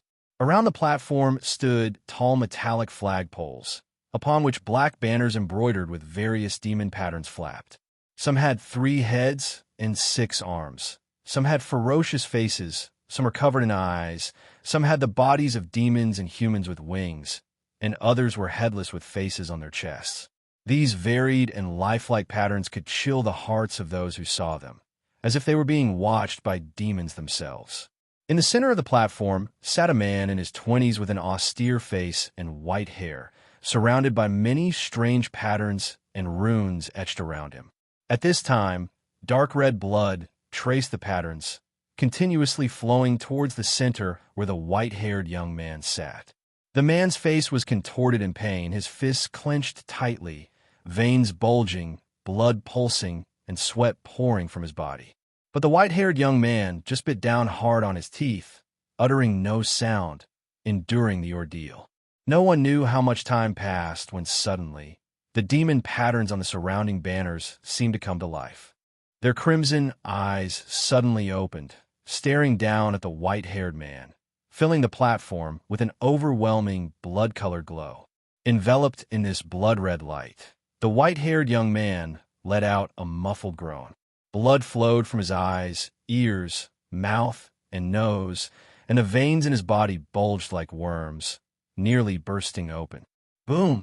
Just then, drenched in blood and in severe pain, the white-haired man's body emitted a thin, blood-red membrane. It was like a layer of freshly spilled blood slowly flowing over his skin, transforming into an eerie, blood-colored battle dress. Chapter 114. Having a baby. Pregnancy plus 10. Lottery draw. The pale-faced youth's face and skin revealed dark red demon patterns. Indeed, in less than a year's time, you've cultivated the demonic technique to completion. Just at that moment, a young man dressed in a black robe, with an exceptionally handsome face, walked out of the void. He looked at the pale-faced youth and revealed a satisfied smile. Then, with a wave of his hand, he and the pale-faced youth disappeared from the platform. 4 days after Chu Xinjin gave birth, Lu Miaoge also returned to Qingzhou Mountain. She made an agreement with Lu Changsheng to depart for the 9 Dragons Market in 3 days.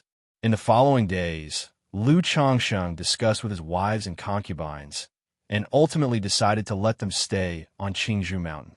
It wasn't just that traveling back and forth was inconvenient. There were so many children at home in need of care, he couldn't bear to leave them. In the more than a month he spent at home, Lu Changsheng didn't slack off, but made every effort to impregnate 2 of his wives. With these 2 children, he now had 34 in total. However, when he thought about how his 29th and 30th children were still nearly 3 months from being born, Lu Changxing couldn't help but sigh. He felt that he had been somewhat negligent during that time to have such a long gap. 3 days later, Lu Changsheng rode the Iron Feather Eagle with Lu Miaoge as they set out for the 9 Dragons Market. Before their departure, the 4th Elder gave him 3 protective talismans, 2 Thunder Summoning Talismans and 1 Thunder Talisman. Lu Changsheng had told the 4th Elder that he had been forced to use the 2 talismans when he encountered a robber cultivator before. Even though Lu Changsheng now had 9 supreme talismans in his storage bag, he naturally accepted the 4th Elder's kindness with a delighted and grateful expression. Their journey to the 9 Dragons Market was very smooth, with no unexpected incidents. This made Lu Changsheng inquire whether Lu Miaoga had encountered any unexpected dangers or robber cultivators during her years of traveling back and forth to the market. Lu Miaoga said that in 3 years, she had only encountered a robber cultivator once. Hearing this, Lu Changsheng couldn't help but shake his head, wondering if he was just unlucky or if he looked like easy prey. After returning home, Lu Changsheng learned from a casual conversation with Little Qing that the family next door to his left had moved away about half a month after he returned to Qingzhou Mountain.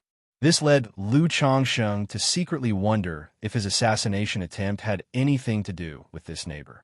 After all, based on suspicions related to the allure spell, the 2 robber cultivators who tried to cut him down certainly had accomplices in Nine Dragons Market. Moreover, when he previously visited this neighbor, he sensed a murderous aura on the person, making them unapproachable. And the fact that they moved away just half a month after he left was too coincidental. However, since the neighbor had moved away, whether they were involved or not, Lu Changsheng couldn't confirm and only became more cautious. Subsequently, Lu Changsheng used disguises to carefully dispose of some stolen goods. He sold the magic artifacts of the 2 robber cultivators, keeping only a middle-grade magical shield and 1 flying artifact for himself. The other 7 lower-grade magical instruments, for middle-grade magical instruments, and 1 flying artifact were all sold. These magic artifacts fetched a total of 908 spirit stones. The magical robe and magical shoes were somewhat damaged, severely discounted, and since he was dealing with a shop's buyback, the prices were low. Otherwise, if he had set up a stall to sell them himself, he could have earned a few dozen more spirit stones. As for the elixir medicines, talismans, and various other items on the 2 robber cultivators, they were not easy to sell. Lu Changsheng used what he could and stored the rest for later. Previously, he had acquired 362 spirit stones from the 2 robber cultivators. Now, keeping a magical shield and flying artifact, he had sold items for 908 spirit stones, and Lu Changsheng was very satisfied with this haul. He began to feel that the 2 robber cultivators weren't so detestable after all. While selling the magic artifacts, he also casually sold over 100 middle and lower-grade talismans. He earned 211 spirit stones. Looking at the substantial sum of spirit stones on him, Lu Changsheng didn't hesitate to spend 634 spirit stones to purchase a superior grade soft magic armor. This soft magic armor had 7 major effects: size adjustment, spell immunity, invisibility, cleanliness, dust repelling, evil warding, and body protection. What Lu Changsheng appreciated the most were the spell immunity and body protection effects.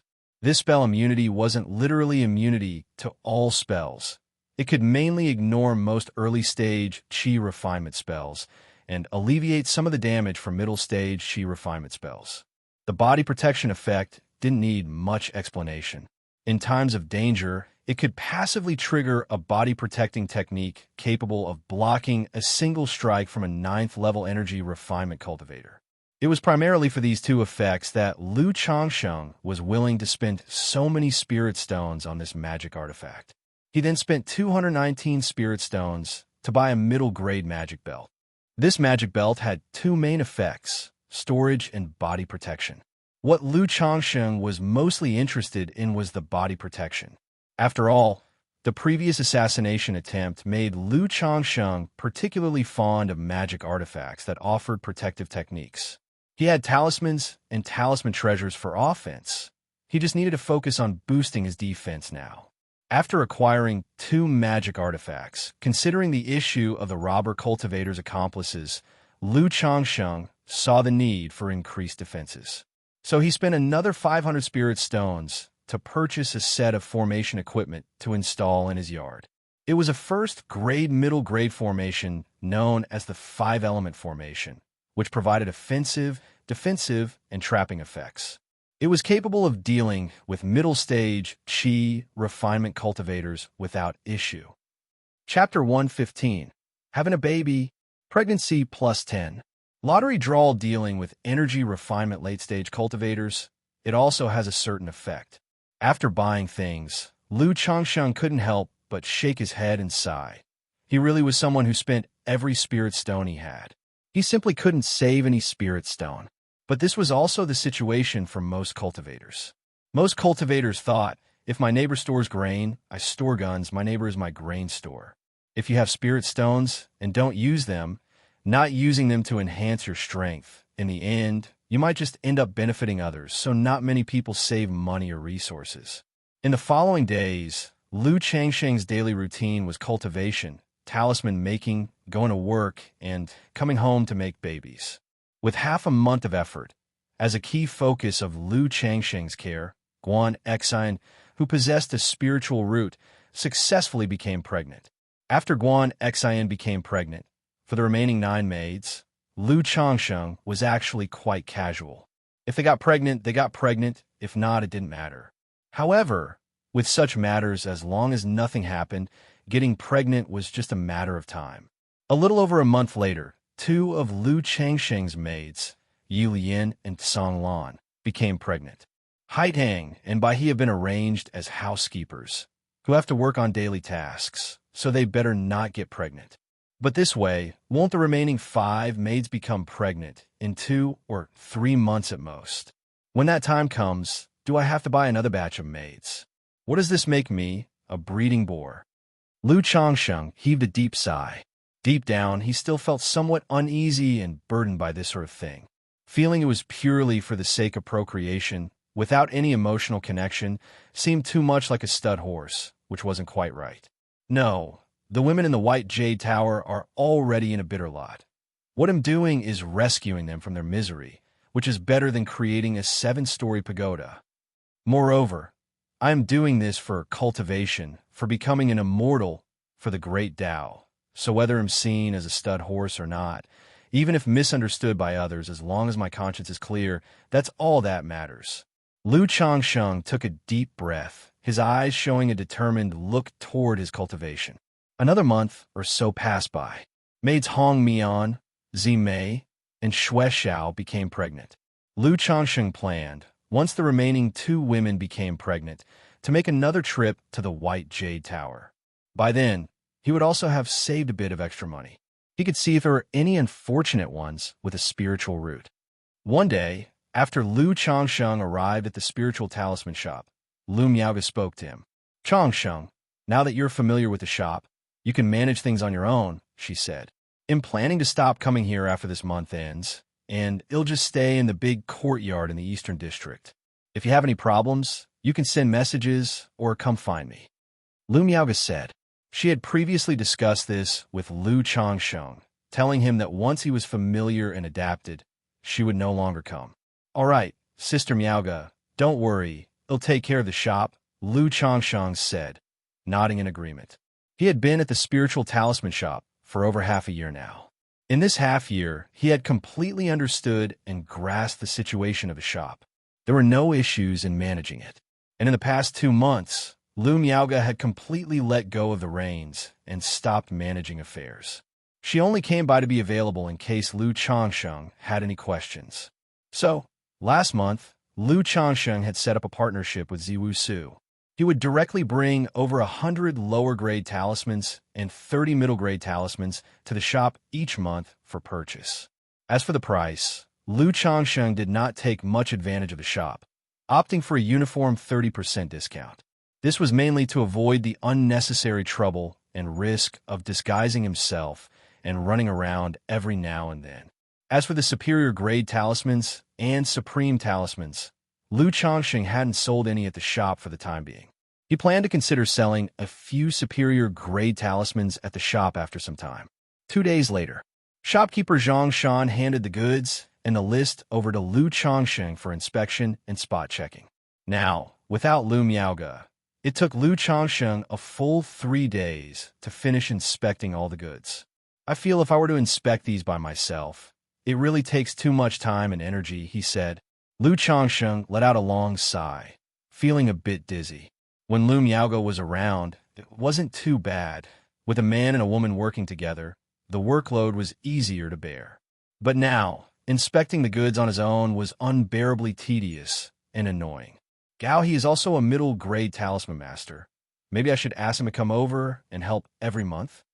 Lu Changsheng suddenly remembered his neighbor, Gao He. Usually Gao He would come over to chat when he had nothing to do, inviting him over for tea. After interacting for so long, Lu Changsheng thought highly of Gao He. So he thought, why not ask Gao He to come and help out for a few days each month? Of course, he wouldn't let him work for nothing. He would just ask if Gao He wanted to earn some extra money. Tonight, after I go back, I will ask Gao He decided. Lu Changsheng made up his mind, planning to ask him later. This sort of thing wasn't something to be embarrassed about. Night fell. After returning home and having dinner, Lu Changsheng took a short walk and then knocked on his neighbor Gao He's door. Gao He was teaching his daughter Gao Xiaoya how to make talismans, and his normally amiable, plump face was somewhat twisted and distorted at the moment. Uncle Lu, Dad, Uncle Lu is here. You guys talk. He'll go make some tea for you. When Gao Xiaoya saw Lu Changsheng, her eyes immediately brightened, and she quickly got up to make tea, looking relieved. She had absolutely no interest in talisman making and also had no talent for it. However, Gao He wanted his daughter to master the skill, no matter if she was talented or not. He planned to make it happen, even if it meant spending money. Brother Lu, do you have something on your mind? Gao He gave a wry smile at his daughter's behavior and then asked. Usually, it was mostly him inviting Lu Changsheng over, as Lu Changsheng seldom sought him out for a chat.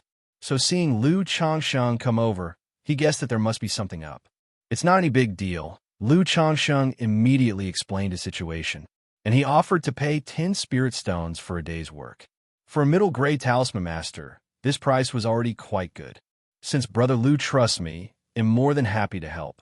Gao He slapped his chest and said with a beaming smile, all right then, they'll be counting on you, Brother Gao, when the time comes.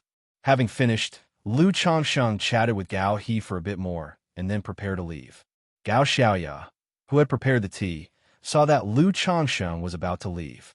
She immediately called out, Hey, Uncle Lu, won't you sit for a while and have a cup of tea before you go? No, I still have things to do. Lu Changsheng immediately gestured with his hand and headed out. He had no interest in meddling in their father-daughter affairs. As soon as he stepped out of the door, Lu Changsheng heard Gao Xiaoya's loud, wailing voice and couldn't help but shake his head and smile wryly. In the blink of an eye, another half-month passed. The remaining 2 maids, Qing He and Xian, also became pregnant. Lu Changsheng arranged for Haidang and Bai He to take care of the daily chores. The other 7 maids all became pregnant within just over 4 months. There was also a month when Lu Changsheng had been away at Qingzhou Mountain and not returned, just as Lu Changsheng was planning to visit White Jade Tower one of these days. A system notification suddenly sounded in his mind. Congratulations to the host for reaching a progeny count of 30. You've received 1 lottery chance. Chapter 116. The great Tao should not be so narrow, nor should there be so few fellow Taoists. _1 30 children. The children in Zhou'er and Shu'er's wombs were born. Upon hearing this sudden system prompt, Lu Changsheng couldn't help but feel invigorated, his face showing delight. He immediately knew that it was Zhou'er and Shu'er on Qingzhou Mountain who had given birth to their children. The lack of any throbbing sensation indicated that neither of the children possessed a spiritual root. I wonder what color hair and eyes the children have. Lu Changsheng thought to himself. He had always been quite curious about this matter. He had even sought out related materials before, but the books didn't give a clear statement, only mentioning that this was mostly determined by the bloodlines of both parents. Not dwelling on this further, Lu Changsheng took a deep breath, slowly exhaled, and murmured, System, I want to draw a prize. Immediately, a faint red virtual prize wheel appeared. I wonder what it'll draw this time. As Lu Changsheng looked at the prize wheel, he muttered to himself, and then said directly, Start the draw. With a thought, the faint red will suddenly burst into a golden brilliance and started spinning. After 5 seconds, the golden light slowly diminished, turning notch by notch until it finally stopped on the magical treasure's prize. Ding! Congratulations, host, for obtaining a magical treasure, Black Dragon Magical Bead. Reward has been issued to System Space. The host can check at any time. A black bead with a faint image of a flood dragon appearing and disappearing emerged from the prize wheel, accompanied by system prompt sound. Magical treasure. Good heavens, I finally got something I wanted. Seeing the reward he drew this time, Xianxia's eyes lit up as he showed a mixture of excitement and joy. From low to high, the magic artifacts used by cultivators are categorized as magic artifact, spiritual artifact, magical treasure, spiritual treasure, and heaven-reaching spiritual treasure. They correspond to different realms such as the Qi refinement realm, foundation establishment stage, core formation stage, nascent soul stage, and divinity transformation stage, respectively. Only a nascent soul immortal can wield a magical treasure. Naturally, Xianxia was unable to wield a magical treasure. However, the practice art he cultivated, 100 Refinements Treasure Body Art, allowed him to refine a magical treasure into his body to accelerate his cultivation. Previously, even a severely damaged fragment of a magical treasure had significantly advanced his 100 Refinements Treasure Body Art. With a whole magical treasure in hand, wouldn't he soar to new heights? Xianxia immediately looked into the system space. He wanted to see what grade his newly obtained magical treasure was and what effects it had. Magical treasure, Black Dragon Magical Bead. Grade, middle grade magical treasure. Description, formed from a profound treasure bead as a container and refined with the soul of a third-rank evil flood dragon. It emits dark brilliance when activated, which can suppress the physical body and taint the mental spirit. When used to its extreme, it can command the soul of the evil flood dragon inside the bead to attack the enemy. The longer it is used, the more ferocious the evil flood dragons might become, making it harder to control. Black Dragon Magical Bead, a middle-grade magical treasure. It can burst with dark light, suppress the physical body, taint the mental spirit, and also control the soul of the evil flood dragon to attack. After reading the description and grade of the magical treasure, Xianxia was very satisfied. He felt that a middle-grade magical treasure was already quite impressive. Reading the effect description of the magical treasure, he knew it was inclined towards attack. As for the functionality and effects of the magical treasure, Xianxia wasn't too concerned. He had been hoping to obtain a magical treasure mainly for the practice of the 100 Refinements Treasure Body Art. As for the functionalities and effects, he felt they were of little consequence. Anything decent would do. However, having attack capabilities on this magical treasure is also good. After all, the treasure bone technique within the 100 Refinements Treasure Body Art says that by nourishing the treasure bones with a magical treasure, the bones can exhibit part of the power of the magical treasure. Once my treasure bones are nourished, perhaps I can directly wield the soul of the flood dragon inside the bead to slay enemies. Xianxia licked his lips, quite looking forward to the effects of nourishing his treasure bones with this magical treasure. He thought about how, once his treasure bones were ready, facing danger, he could just activate the Black Dragon Magical Bead and command the soul of the flood dragon to strike at his enemies. Anyone seeing a cultivator at the Qi refinement realm or foundation establishment stage utilizing such a technique for attack would certainly be caught off guard and dumbfounded. Suddenly, with a thought, Xianxia extracted the Black Dragon Magical Bead from the system space. A treasure bead the size of an adult's fist landed in Xianxia's hands. The bead was heavy, likely weighing several hundred pounds. It felt slightly cool in his hand, but was not uncomfortably cold. The surface of the bead was extremely pure, devoid of any impurities, with only a faint flow of dark light. Inside the bead, a miniature ink-black flood dragon could be distinctly seen coiling around. So, this is a magical treasure. Xianxia curiously examined the Black Dragon Magical Bead in his hand. This was his first time seeing a magical treasure. However, after looking at it for a while, he didn't notice anything special and thought it was just so. Xianxia went to the rest room on the 3rd floor, ready to start refining the Black Dragon Magical Bead. He was eager to refine the bead into his body to cultivate with the 100 Refinements Treasure Body Art and nourish his treasure bones. After all, not long ago, he had successfully started the 100 Refinements treasure body art, letting him vividly experience the benefits of body refinement, bringing forth strength and robustness. While his original body was quite good and very healthy, it was nothing compared to the feeling of body refinement success, with a body full of power and the ability to spend the night with 10 women. Lu Changsheng activated the 100 Refinements treasure body art, utilizing his mental spirit and spiritual power to begin refining the black dragon magical bead before him. Under the refining of his mental spirit and spiritual power, the black dragon magical bead emitted streaks of black air, spiraling out and ascending. The soul of the evil flood dragon coiling inside also became animated at this moment, vivid and lifelike, as if it was about to break out of the bead. Lu Changsheng remained composed, knowing this was the activated state of the magical treasure, and continued to refine it with his mental spirit and mana. Chapter 117. The great Tao should not be so insignificant. One should not have so few Tao companions. Just like that, time trickled by.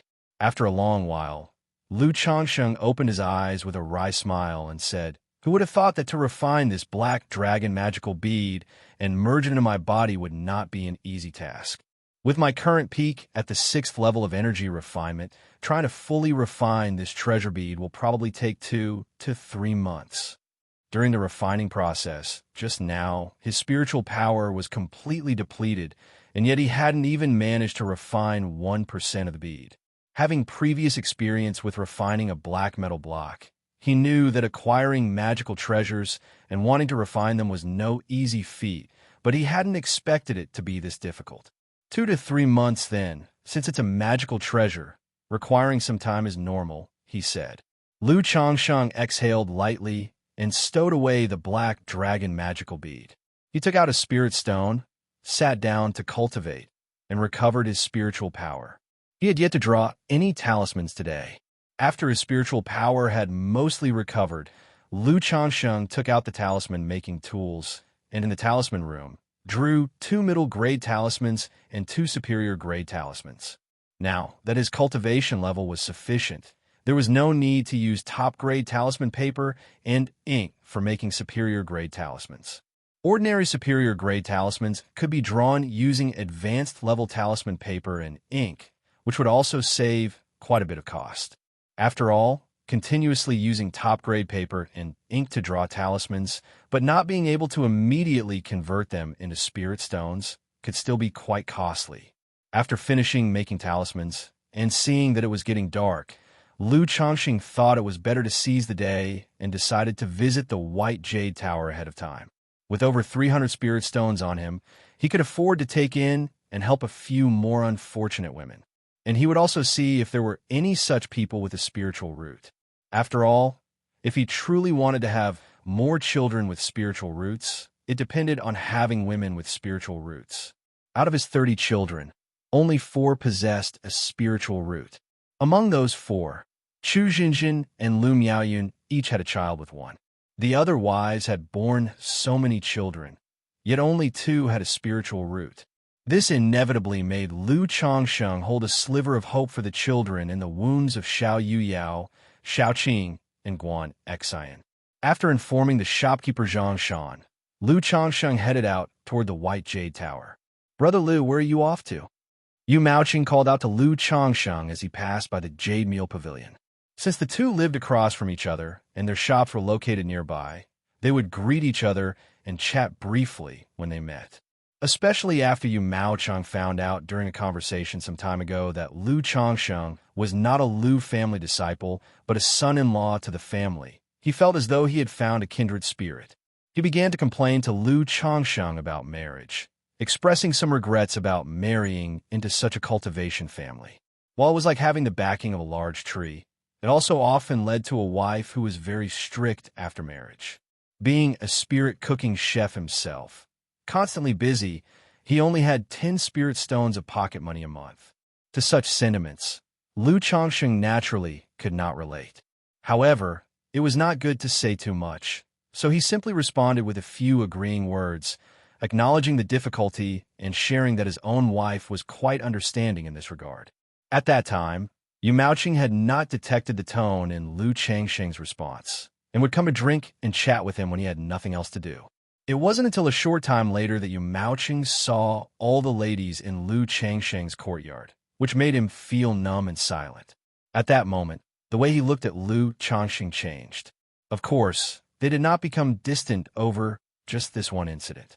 They would still greet each other as usual, ask how things were going, and invite each other to eat at the Jade Meal Pavilion. But he stopped asking Lu Changsheng out for drinks to complain about his marital life. He knew that complaining to someone like Lu Changsheng was like playing the lute to a cow. The latter simply could not understand his anguish and lacked any empathy. I feel like the house is a bit short on maids. I'm planning to go check out the White Jade Tower, Lu Changsheng replied with a smile. He then cordially invited Yu Maoqing. Brother Yu, would you care to join? Let me tell you, this White Jade Tower, scram. Yu Maoqing immediately darkened his face and waved his hand hastily when he heard this. Brother Yu, as the saying goes, one should not walk a narrow Tao alone, nor should one have too few companions on the Tao. Therefore, the more companions you have, the more steadfast the great Tao in your heart. Lu Changsheng joked, taking strides toward the White Jade Tower in search of the Tao.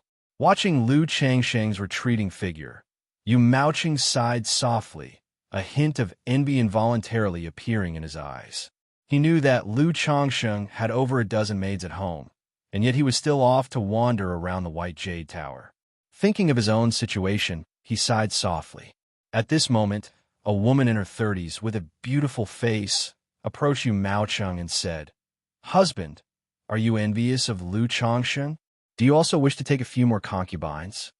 Upon hearing this, Yu Maoqing shivered, not expecting his wife to be nearby. He promptly replied with a serious face, No, not at all. There's absolutely nothing like that. Although he harbored such desires, this was something he definitely could not admit. However, before he could further explain, the woman sighed and murmured, Husband, it has been 20 years since I married you. In these 20 years, I've only borne you Fenger, Yuner, Werer, and Schwerer. Among them, only Schwerer has a spiritual root and can cultivate. Perhaps you should take a few more concubines. That wouldn't be right, would it? Yu Maoqing hesitantly replied. It's fine, husband. Whatever type you like, I will help you pick, the woman said with a gentle, soft smile. How many would you like? 3, 5, or 10? No need. Just one will do. One is enough, Yu Maoqing said with a smile on his face. Great, Yu Maoqing. When I married you, I was a pure maiden. Not only did I secure this pavilion for you, but I also bore you 4 children, and now you think I'm old and want to take a concubine, don't you? Chapter 118. The great Tao should not be so insignificant. One should not have so few Tao companions. The woman's face, which had been filled with smiles just a moment ago, suddenly turned cold, and with a snort, she turned and left. Seeing this, Yu Maoqing sighed to the heavens, knowing he had been caught in his own trap again. He hurried after her, trying to appease. My wife, listen to my explanation. My love for you is as clear as the sun and moon. How could I possibly entertain such thoughts? It was just a joke. When Lu Changsheng arrived at the White Jade Tower, the red-dressed girl who greeted him already remembered him. She immediately approached with a beaming smile and led him to a room on the 2nd floor. Master Lu, it's been a long time. Junyang has truly missed you. In the room, dressed in a black phoenix bird misty silk long dress and oozing charm, the seductive Feng Junyang greeted Lu Changsheng with a demure smile. Manager Feng, I've come this time to buy a few more maids. I wonder if the White Jade Tower currently has any spiritual root maids, preferably priced under 300 spirit stones. Lu Changsheng's gaze unconsciously swept over the fullness of her neckline and the plump thighs under her dress. Then he spoke. Every time he came to the White Jade Tower and saw this Feng Jinyang, he couldn't help but exclaim that this woman was charming to the bone.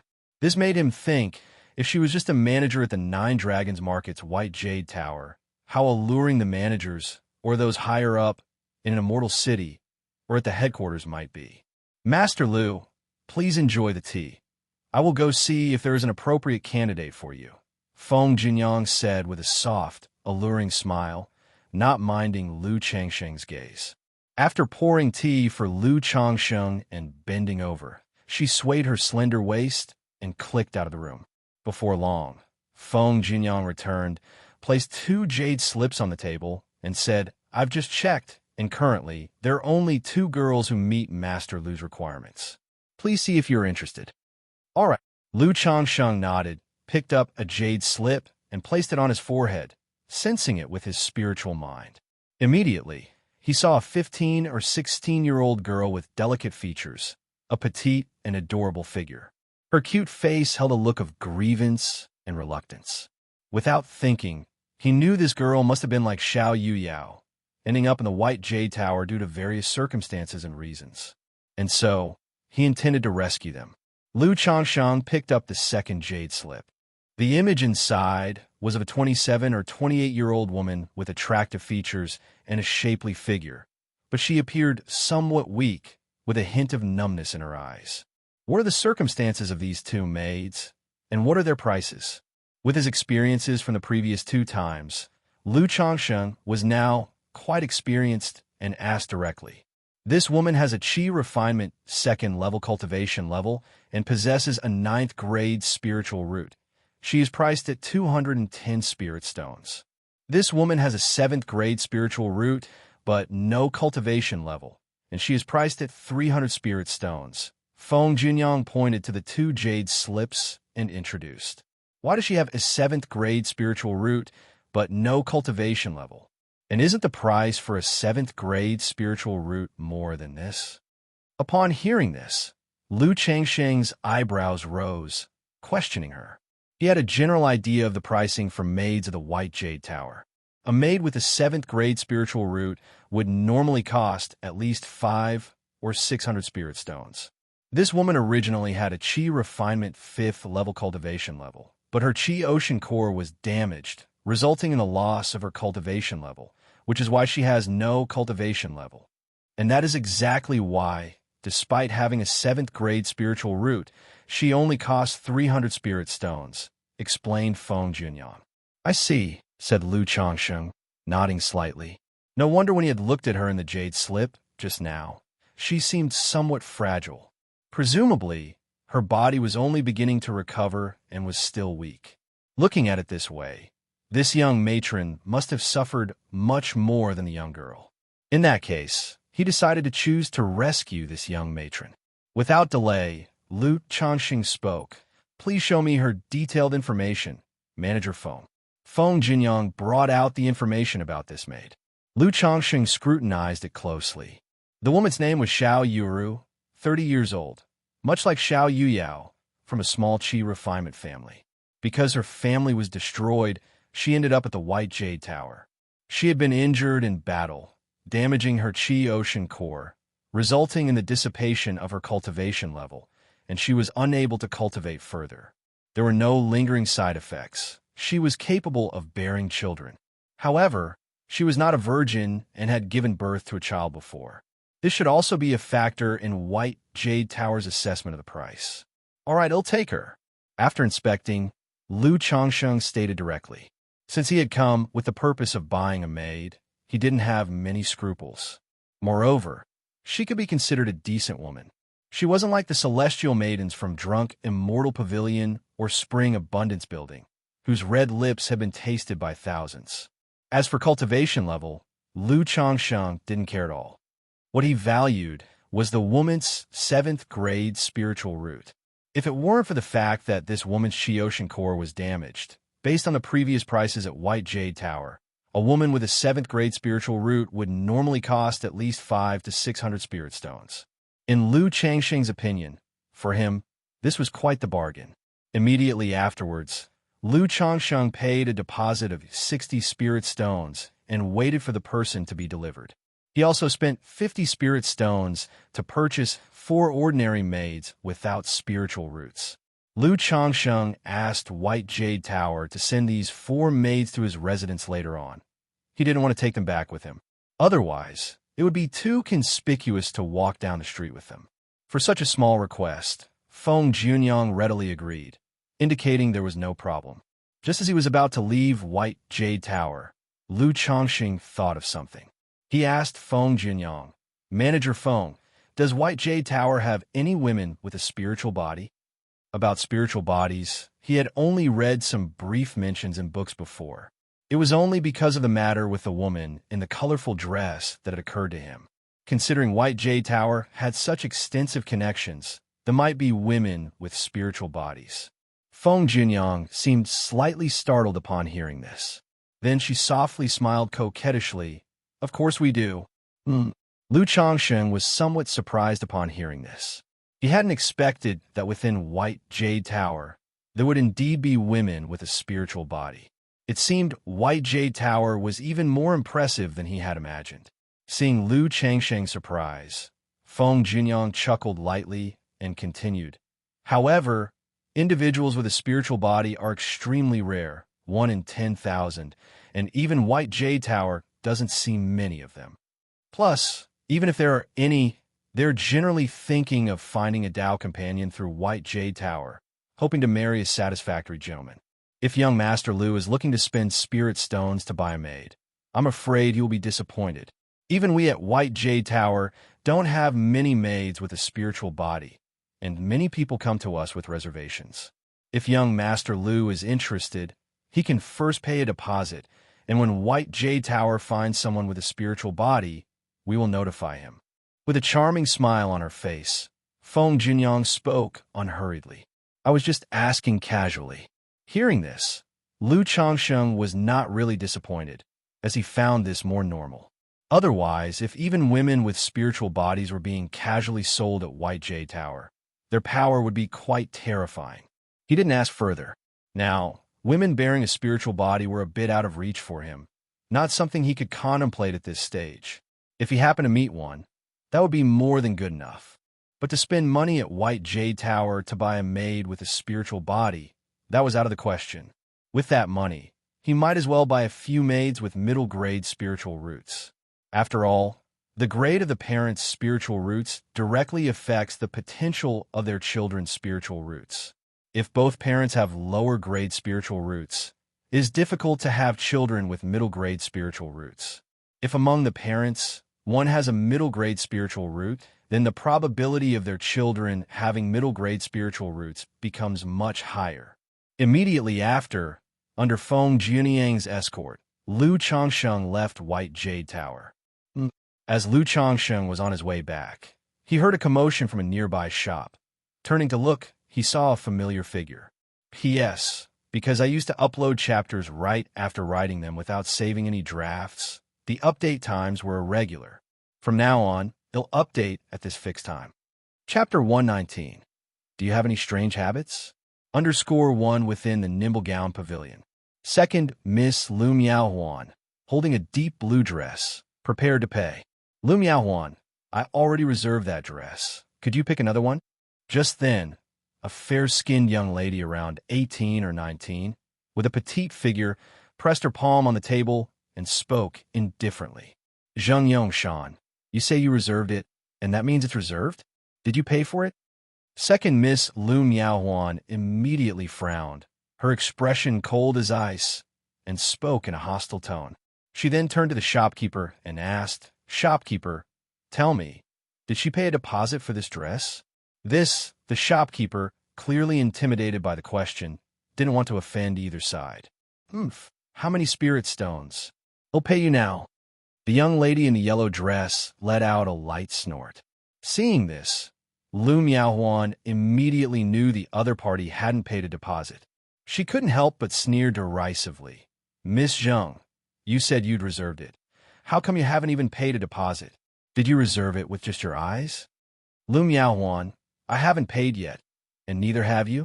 I've reserved this dress, so it naturally belongs to me." The young lady in the yellow dress retorted defiantly. "You haven't paid a deposit, and you call that reserved? According to Miss Zheng, does that mean if you just lay eyes on something, it's reserved? Then, in the Nine Dragons market, no one else needs to buy anything. Before purchasing anything, They should first check whether Miss Zhang has reserved it. Lu Miaohuan wore an expression of cold, noble beauty, looking down on others with a side eye, and spoke contemptuously, dripping with mockery. I've never said such a thing, Lu Miaohuan. Don't twist my words. I've told you I have my eyes on this dress. I've reserved it, so I've decided to buy it today. The young lady in the yellow dress raised her voice, speaking coldly as well. There was already a conflict between her and Lu Miaohuan, and they did not get along. Now, not only were her close girlfriends nearby, but the shop was full of people watching them. At this point, it was no longer just about a dress, but also about face. There was no way she could back down. Ladies, we will have new stock of this dress in 3 days. Why don't one of you wait? The shop is willing to offer a 20% discount at that time. The shopkeeper, faced with this scene, felt somewhat overwhelmed and spoke in a humble tone. However, neither of the ladies paid him any attention. For both women, it was no longer just about a dress at this time. Xianxia, I really can't understand. What exactly are you fighting me over? Lu Miaohuan glanced at the young lady in the yellow dress before her lips curled into a sneer, puffing up her impressive chest with utter disdain in her eyes as she said, "Can you even wear this dress if you buy it? Don't you see yourself flat in the front and flat in the back, just like a board?" Whoosh, as soon as she said this, the other people in the shop gasped. They felt that for a woman, Lu Miaohuan's words were just too harsh, too damaging. Lu Miaohuan, you're going too far. Upon hearing these words, Xianxia was trembling with rage, her voice becoming shrill. Although petite and cute in stature, she was just starting to develop nicely. But compared to Lu Miaohuan, she suddenly seemed insignificant. Moreover, which female could remain calm and composed in the face of such humiliation? Too far? I'm just telling it like it is. Isn't there a mirror in this shop? Go take a look for yourself, and you'll understand. Lu Miaohuan watched the young lady in the yellow dress' annoyed expression, laughed lightly with contempt filling her voice. Seeming to think her mockery wasn't sufficient, Lu Miaohuan, with her long legs, took a dress for a girl of about 10 from a rack nearby, and said to the young lady in the yellow dress, "Xianxia, I think this suits you quite well. Why don't you try it on? If you can't afford it, don't just reserve it with your eyes. Consider it a gift from me." Lu Miaohuan was already tall, and with her slim, high-heeled shoes, she stood a full head and more above the young lady in the yellow dress. At this moment, she looked down upon her from her lofty height, speaking coldly and mockingly, pushing her derision to the extreme.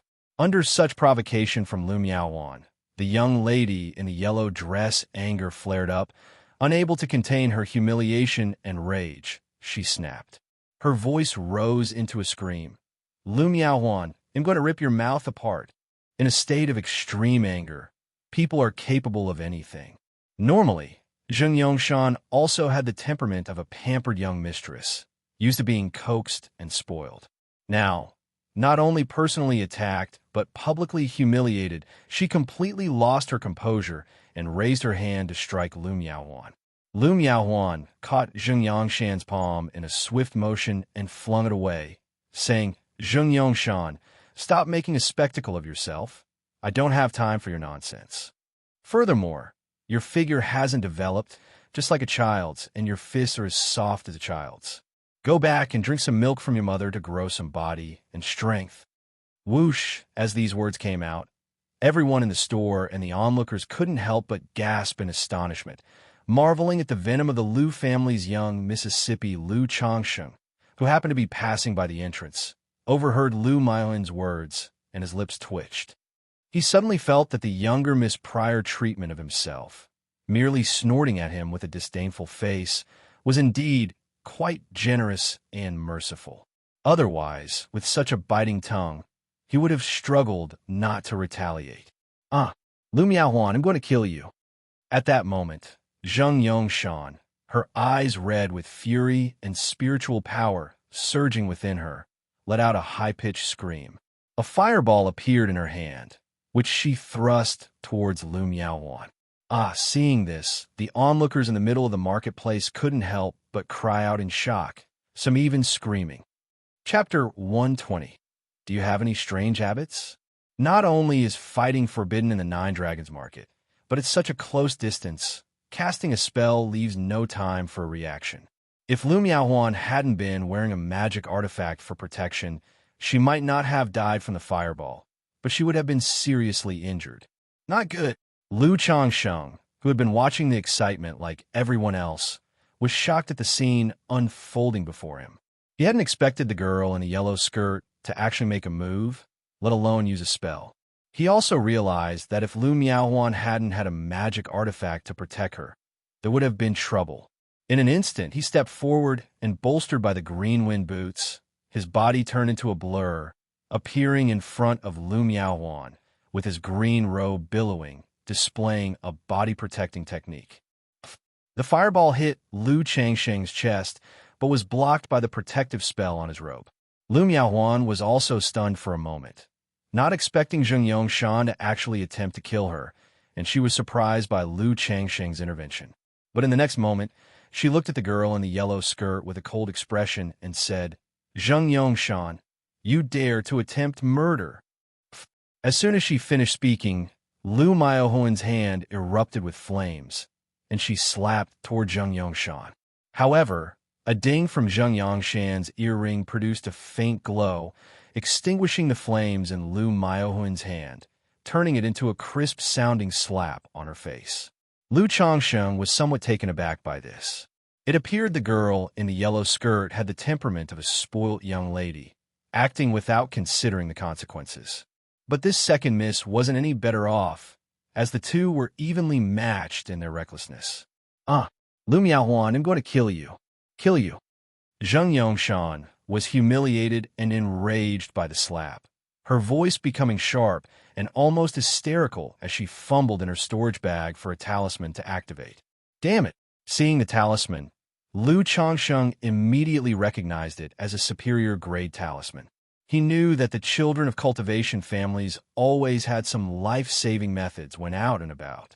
If the two were to continue, the situation would escalate. Acting quickly, with a swift move, he snatched the talisman from her hand and said, "Miss, calm down. Please calm down. Lu Changsheng, step aside. I want to see if she has the ability to kill me." Although Lu Miaohuan didn't understand how Lu Changsheng had appeared, she was equally angry, with two talismans appearing in her hand, ready to retaliate. "Shanshan's sister, let it go, let it go." At this time, two of Zheng Yongshan's close friends stepped forward to mediate. They hadn't expected a minor issue to lead to such a confrontation between Zheng Yongshan and Lu Miaohuan. They couldn't just sit by and watch the situation escalate further. That would not only draw the attention of the Nine Dragons Marketplace's enforcers. If one of them got hurt, it would involve the families behind them, the Lu family of Qingzhou Mountain and the Zheng family of Wugong Ridge. "Second miss, let it go, please." Seeing people persuading them, Lu Changsheng also promptly urged Lu Miaohuan to stop. He wouldn't have gotten involved if he hadn't seen the other party make a move, fearing that Lu Miaohuan might get into trouble. Now that he was involved, he couldn't just watch the two of them continue to quarrel and sought to defuse the situation. At his words, Lu Miaohuan snorted softly, putting away the talismans in her hands. She may have been impulsive, but she was not foolish and knew continuing the argument would make things difficult to resolve. "Miss, let's stop here, please. I apologize on behalf of the 2nd Mississippi. If we continue, the enforcers will be here soon. Although your families have some influence, you were the one who struck first, and it won't look good if things get out of hand." Lu Changsheng, seeing Zheng Yongshan's eyes red with rage, returned the talisman to her with a soft tone. Although he thought her attempt to kill was a serious problem, such matters, if left to escalate further, wouldn't do either party any good. Eventually, one side had to back down and offer a way out. Otherwise, there would be no end to it. "Lu Changsheng, I did no wrong. Why apologize to her?" Lu Miaohuan was not pleased when Lu Changsheng apologized on her behalf to Zheng Yongshan. "My lady, please just do me a favor and keep quiet." Lu Changsheng immediately said to Lu Miaohuan upon seeing Zheng Yongshan's anger flaring up again. Lu Miaohuan, you just wait for this." Xianxia regained her composure, aware of her impulsivity, took the talisman back from Lu Changsheng, and coldly said, looking at Lu Miaohuan with reddened eyes. She was about to leave, then paused, turned back, and added, Lu Changsheng, right? He'll remember you too. Lu Changsheng was somewhat speechless at this. Always amicable, he never offended anyone, and he hadn't expected to be remembered over such an incident. Who's afraid? Lu Miaohuan was about to retort, not willing to yield, when Lu Changsheng, seeing where this was headed, quickly covered her mouth to stop her. Allowing Lu Miaohuan to retort would probably lead to Zheng Yongshan doing the same, and the argument would become never-ending. At this moment, Lu Changsheng thought to himself that it was a miracle these young ladies had managed to live this long without someone killing them over their attitudes. Lu Miaohuan felt the warmth of Lu Changsheng's palm on her mouth and was momentarily startled. She had never been so close to a man before, and Lu Changsheng's actions made her nervous and flustered. Hastily removing his hand from her mouth, her face flushed with a hint of embarrassment, she said, Lu Changsheng, what are you doing? Lu Changsheng also felt the moisture of her lips against his palm. Realizing his behavior was a bit overboard and somewhat rude, he immediately showed a hint of apology and said, Sorry, I acted hastily in a moment of urgency. Please forgive me. 2nd Mississippi. Chapter 121. Do you have any strange habits? Whose side are you on to actually help outsiders bully me? Lu Miaohuan's rosy lips pursed slightly as she spoke in annoyance. 2nd Miss, it's best to forgive and forget. Continuing this fuss isn't good for you, so let's just let it be. Lu Changsheng spoke in a gentle voice. Enough already. You're about the same age as me, yet you talk like you're my father, all long-winded. Lu Miaohuan bit her lip and said impatiently. Then she put down the gown in her hands, not caring for it any longer, and strode out of the shop with long, determined steps. Truly has the temper of a young lady. Lu Changsheng watched Lu Miaohuan's retreating graceful figure, shaking his head and feeling as if Head asked for the annoyance himself. But in that situation, he couldn't just watch Lu Miaohuan get hit by the fireball. After all, he was protected by 4 magic artifacts and was unafraid of such ordinary spells. And it was unknown whether Lu Miaohuan had any protective magic artifacts on her. Though it was highly likely she had them, what if she didn't? Lu Changsheng gave the shopkeeper a slight bow and then left the shop too.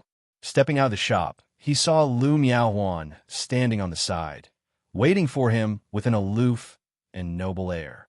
Lu Changsheng, what are you doing here? Lu Miaohuan asked as soon as Lu Changsheng appeared. I just happened to be passing by, and when I heard you were arguing with someone, I took a longer look. Lu Changsheng replied offhandedly. Hearing this, Lu Miaohuan, remembering her recent disdainful demeanor being witnessed by Lu Changsheng, felt somewhat embarrassed. She then placed her hands behind her back and gently swayed her body, whispering in a low voice, Thanks for just now. She was aware that if the situation had really escalated, it would have been difficult to settle things without either side giving in. And she felt somewhat touched by Lu Changsheng appearing to shield her from the fireball technique. Although she did have a protective artifact, the sudden appearance of Lu Changsheng, standing tall in front of her, stirred some emotions within her. Lu Changsheng raised an eyebrow upon hearing this. He hadn't expected the 2nd Miss to actually thank someone to thank him. He moved a bit closer and teased. What was that, 2nd Miss? Your voice was so soft, I didn't hear clearly. If you didn't hear it, forget it. Lu Miaohuan huffed and quickly walked away. She wasn't someone who easily thanked others. But considering how Shed never shown Lu Changsheng a friendly face before, and how Head still stood in front of her in a dangerous moment, and even apologized to Zheng Yongshan on her behalf, she felt that saying thanks wasn't too much. Seeing this, Lu Changsheng knew that the 2nd Miss thanking him must have taken some courage. He couldn't help but smile, catching up with her and saying, I heard it, I just thought I might have heard wrong. I wanted to confirm it. But if you're going to say thanks, shouldn't you show a little more gratitude? What do you want? Lu Miaohuan asked, her face cool and dignified. It's nothing much, just improve your attitude a bit, and call me brother as a sign of thanks," Lu Changsheng said jokingly. Lu Miaohuan was stunned by his words. She bit her lips slightly, her clear eyes showing surprise. A delicate blush spread over her exquisite, cold features, like that of a bashful young girl. She shot Lu Changxing a glance and uttered 3 words. "In your dreams." Then, those long legs wrapped in black silk stockings, stepped in slender high heels, quickened their pace, her figure swaying enticingly. Lu Changsheng was amused by Lu Miaohuan's half-annoyed, half-charming reproach and couldn't help but smile. He found teasing this seemingly aloof and noble second miss quite amusing. At that moment, Lu Changxing noticed that after walking briskly for a stretch, Lu Miaohuan's pace had slowed down again. She even walked slower and slower, at a pace well below that of a normal person. Seeing this, Lu Changsheng's lips couldn't help but curl up slightly, revealing a trace of smile, and he too slowed down his pace.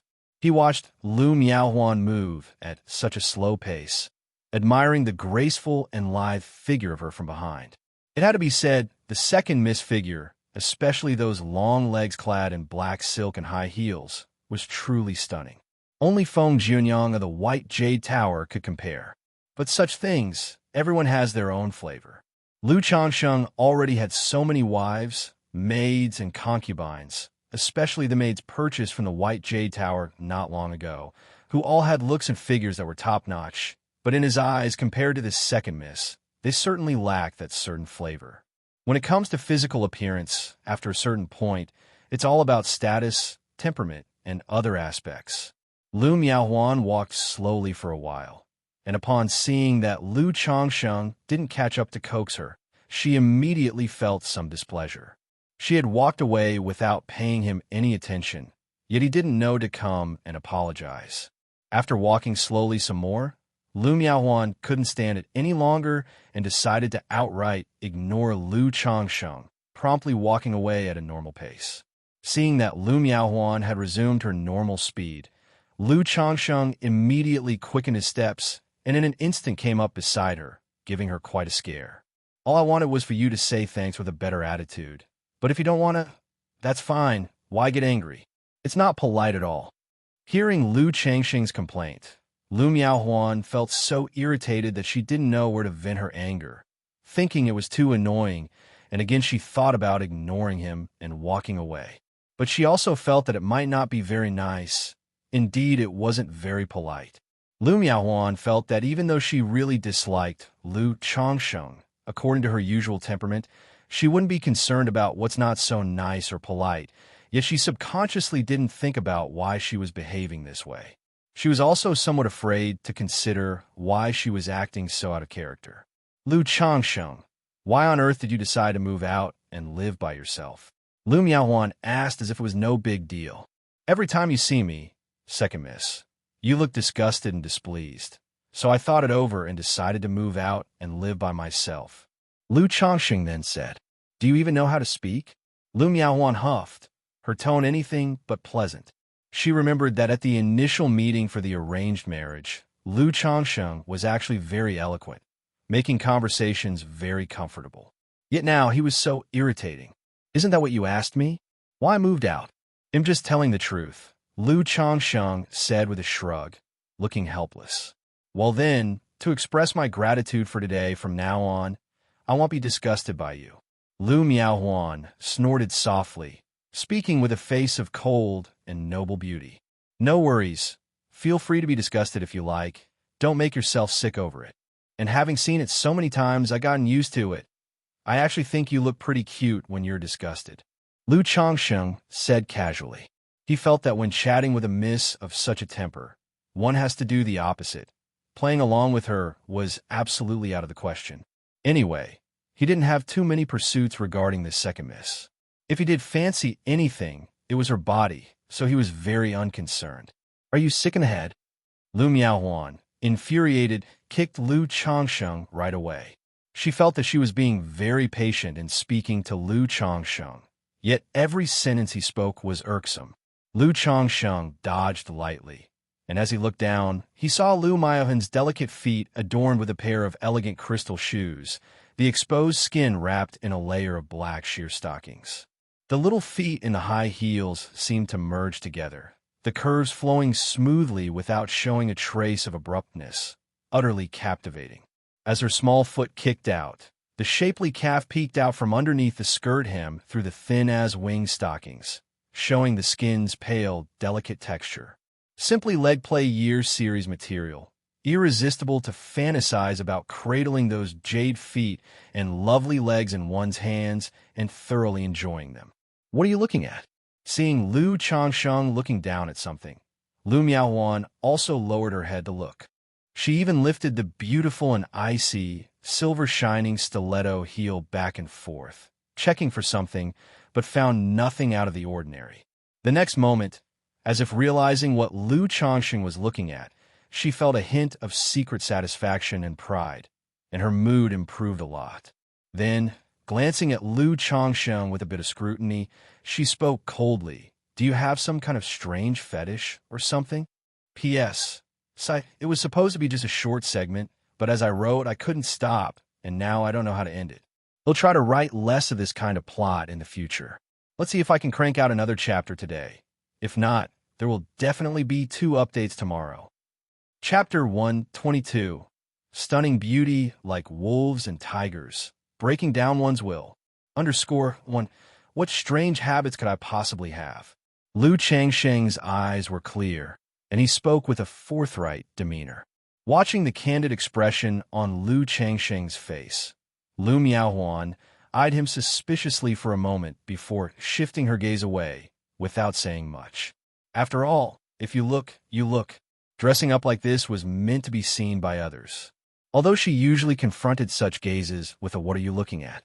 Keep staring and it'll gouge out your eyes" attitude, or would directly scold them. At this moment, she didn't feel the slightest disdain or disgust towards Lu Changsheng's gaze. Instead, she felt a stealthy joy. She felt attractive, truly believing that she was the most beautiful. And so, the two walked side by side for a while. "All right, I'm home now. See you later, Second Mississippi." When they reached an intersection, Lu Changsheng waved goodbye to Lu Miaohuan. He didn't have much to chat about with this second miss, and since he was home, it was natural to head back and take a bath. Seeing that Lu Changsheng only walked a short distance before leaving, without any intention to escort her or even asking if she wanted to visit and have a cup of tea, Lu Miaohuan pursed her lips in displeasure and huffed, saying goodbye. Then, like a proud and aloof peacock, she left with the clack, clack, clack of her high heels. Night fell. The White Jade Tower sent the 4 maids purchased by Lu Changsheng. Since Lu Changsheng couldn't be bothered to wait, all 4 maids were readily available stock. But Xiao Yuru, who possessed a spiritual root, would only arrive within a month after notification from White Jade Tower. Gao He, the neighbor, saw that Lu Changsheng had bought more maids and was somewhat speechless. He didn't frequently visit Lu Changsheng's home, but invited Lu Changsheng to his place for tea instead because he felt it wasn't right to constantly visit when Lu Changsheng's house was full of female family members. Seeing Lu Changsheng buying more maids, Gao he couldn't help but think that he should be more cautious. After all, he had a daughter at home. Though his daughter was still young, Lu Changsheng's appearance and temperament were attractive to both young and old, which caused him worry at this moment. Of course, Lu Changsheng was not aware of Gao He's thoughts. With the addition of 4 new maids, he noticed another problem. That was, the yard was becoming too crowded. If this trend continued and a few more people were added, the dwelling would be too small, and they'd have to live crammed together. "Sigh, that's about enough. I need to take it easy," Lu Changsheng said, shaking his head. The Lu family and Lu Miaoyan wouldn't say anything about his buying maids. But having acquired 10 children in just over half a year since coming to Nine Dragons Market was indeed a bit fast. Moreover, maintaining such a group of maids in Nine Dragons Market was no small expense. Since these maids were carrying his children, he naturally couldn't treat them unfairly. Their daily consumption of spirit rice and spirit food, and also the long-term residence permits they needed in Nine Dragons Marketplace, added up to no small sum once the numbers grew. Ordinary people couldn't afford to sustain such costs. Without much thought, Lu Changsheng let the new maid assist him with his bath. The next afternoon, Lu Miaoge came to the spiritual talisman shop. It was to thank Lu Changsheng for the matters concerning Lu Miaowan. The Nine Dragons marketplace was neither too big nor too small, and both the Lu and Zheng families had some influence within it, so it was normal for such news to reach both houses. To this, Lu Changsheng naturally said it was a small matter, nothing significant. In the blink of an eye, half a month passed. Aside from the addition of refining the Black Dragon magical bead to Lu Changsheng's daily routine, there were no other changes. After half a month of refinement, he had almost cultivated a fifth of the Black Dragon magical bead. Of the 4 maids he had bought earlier, one had successfully conceived after receiving his favor. One day, a young servant came to the spiritual talisman shop. He was sent by the second elder to inform him. He mentioned that in 10 days they would be returning to Qingzhou Mountain and asked if Lu Changsheng would like to join them. Please tell the second elder that I will accompany him back at that time. Lu Changsheng replied immediately upon hearing the message. He hadn't been back in about 4 months. Now that the second elder was returning, he would naturally take the opportunity to visit his home. 6 days later, it was time for the spiritual talisman shop to receive new stock and inspect the merchandise. Lu Changsheng also informed Gao He in advance. With Gao He's help, the two completed the inspection of all the goods in 2 days. Brother Gao, I've troubled you this time, Lu Changsheng said, taking out 20 spirit stones. This was the wage they had agreed upon. Where does that come from, Brother Lu? I should be thanking you, Gao He replied, not standing on ceremony and cheerfully accepting the spirit stones. As a middle-grade talisman master, a daily wage of 10 spirit stones was quite a decent extra income for him. After taking the spirit stones, Gao He hesitated before saying, Brother Lu, there's something I'm not sure whether I should say. Oh, just speak your mind, Brother Gao. Is there really anything that should or shouldn't be said? Lu Changsheng raised an eyebrow and casually replied, As a resident talisman master in the spiritual talisman shop, I often drink and chat with talisman masters and shopkeepers from other talisman shops, so I have a rough idea of the situation in the marketplace's talisman shops and the quality rate of their goods. Given the reputation of your Lu family shop, the defects in these goods seem a bit unusual, especially for you, Brother Lu, who cancels contracts with different shops every few months. If this continues, I fear that you would have worked with every talisman master in the marketplace. Gao He started to say. Chapter 123. Stunning beauty like wolves and tigers, breaking down one's will. Upon hearing these words, Lu Changsheng immediately understood what Gao He meant. It was a sign that there were some issues with the supplies for the shop. Having been in the shop for so long, how could he not understand the ins and outs? The entire procurement, purchasing, and partnership of the spiritual talisman shop were left to the shopkeeper Xianxia alone. To claim there was not a hint of embezzlement or personal gain, he couldn't believe it at all. He had casually established a supplier title himself for collaboration. It obviously wouldn't be difficult for Xianxia to do the same. However, Xianxia had been working in the spiritual talisman shop for over 10 years, and his performance was decent for the most part of this past year, capable of doing things well. Hence, taking a little extra for oneself wasn't entirely indefensible. As long as it wasn't excessive, Lu Changsheng was willing to turn a blind eye. After all, the clearest water has no fish. Thank you for the reminder, Brother Gao. I also understand the principles behind it, Lu Changsheng said with a smile. It seems I've said too much, but then again, there isn't really any serious problem, said Gao Shan, realizing that his concern was unnecessary. Having interacted with Lu Changsheng for so long and having a good relationship, he worried that Lu Changsheng, being so young, might be kept in the dark, so he spoke out as a reminder.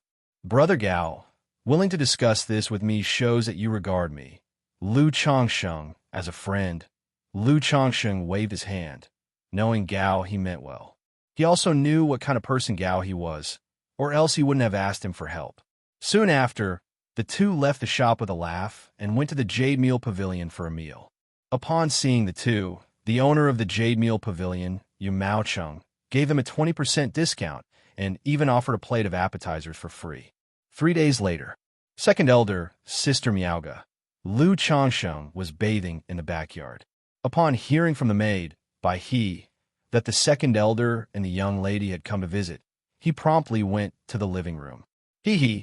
I originally intended to notify you to come directly to the great residence to stay, as we will be departing for Qingzhou Mountain early tomorrow morning. However, I thought you've been living by yourself for such a long time without us visiting, so we decided to come and see you. I hope we haven't disturbed you. In the hall, the second elder, clad in a green robe with a tall figure, held tea in his hand and said with a chuckle, Sister Miaoga, Lu Miaoga, sat elegantly in white to the side. How could that be? Second elder, your visit is most welcome, Lu Changsheng replied politely. Then, Lu Changsheng chatted with the second elder for a while and took the second elder and Lu Miaoga on a brief tour of the yard. During the process, the second elder noticed so many birds and swallows in Lu Changsheng's yard and couldn't help but shake his head, thinking that Lu Changsheng's reputation for loving the company of women was indeed well-deserved. How long has it been since he came to the Nine Dragons market? In just over half a year, he had taken in so many maids and concubines with outstanding looks and figures. We saw several maids and concubines with bulging bellies. He frowned slightly and took a closer look. Eventually, he realized that almost all the women in the yard were pregnant. The second elder couldn't help but count them. 1, 2, 3, 11. After tallying the number of pregnant women, the second elder was instantly bewildered. He had not expected Lu Changsheng to be so prolific with his concubines and maids, not only having so many, but also getting them all pregnant. Was the vitality of the young so exuberant? Instead of cultivation, drawing spirit talismans, or working, were they occupied doing other things? The second elder looked at Lu Changsheng and inquired, Changsheng, are these all your newly taken maids and concubines, carrying your children? Even though he knew his question was redundant, as these women were obviously Lu Changsheng's maids and concubines, carrying Lu Changsheng's children, he couldn't help but confirm once more, mainly because it was quite outrageous.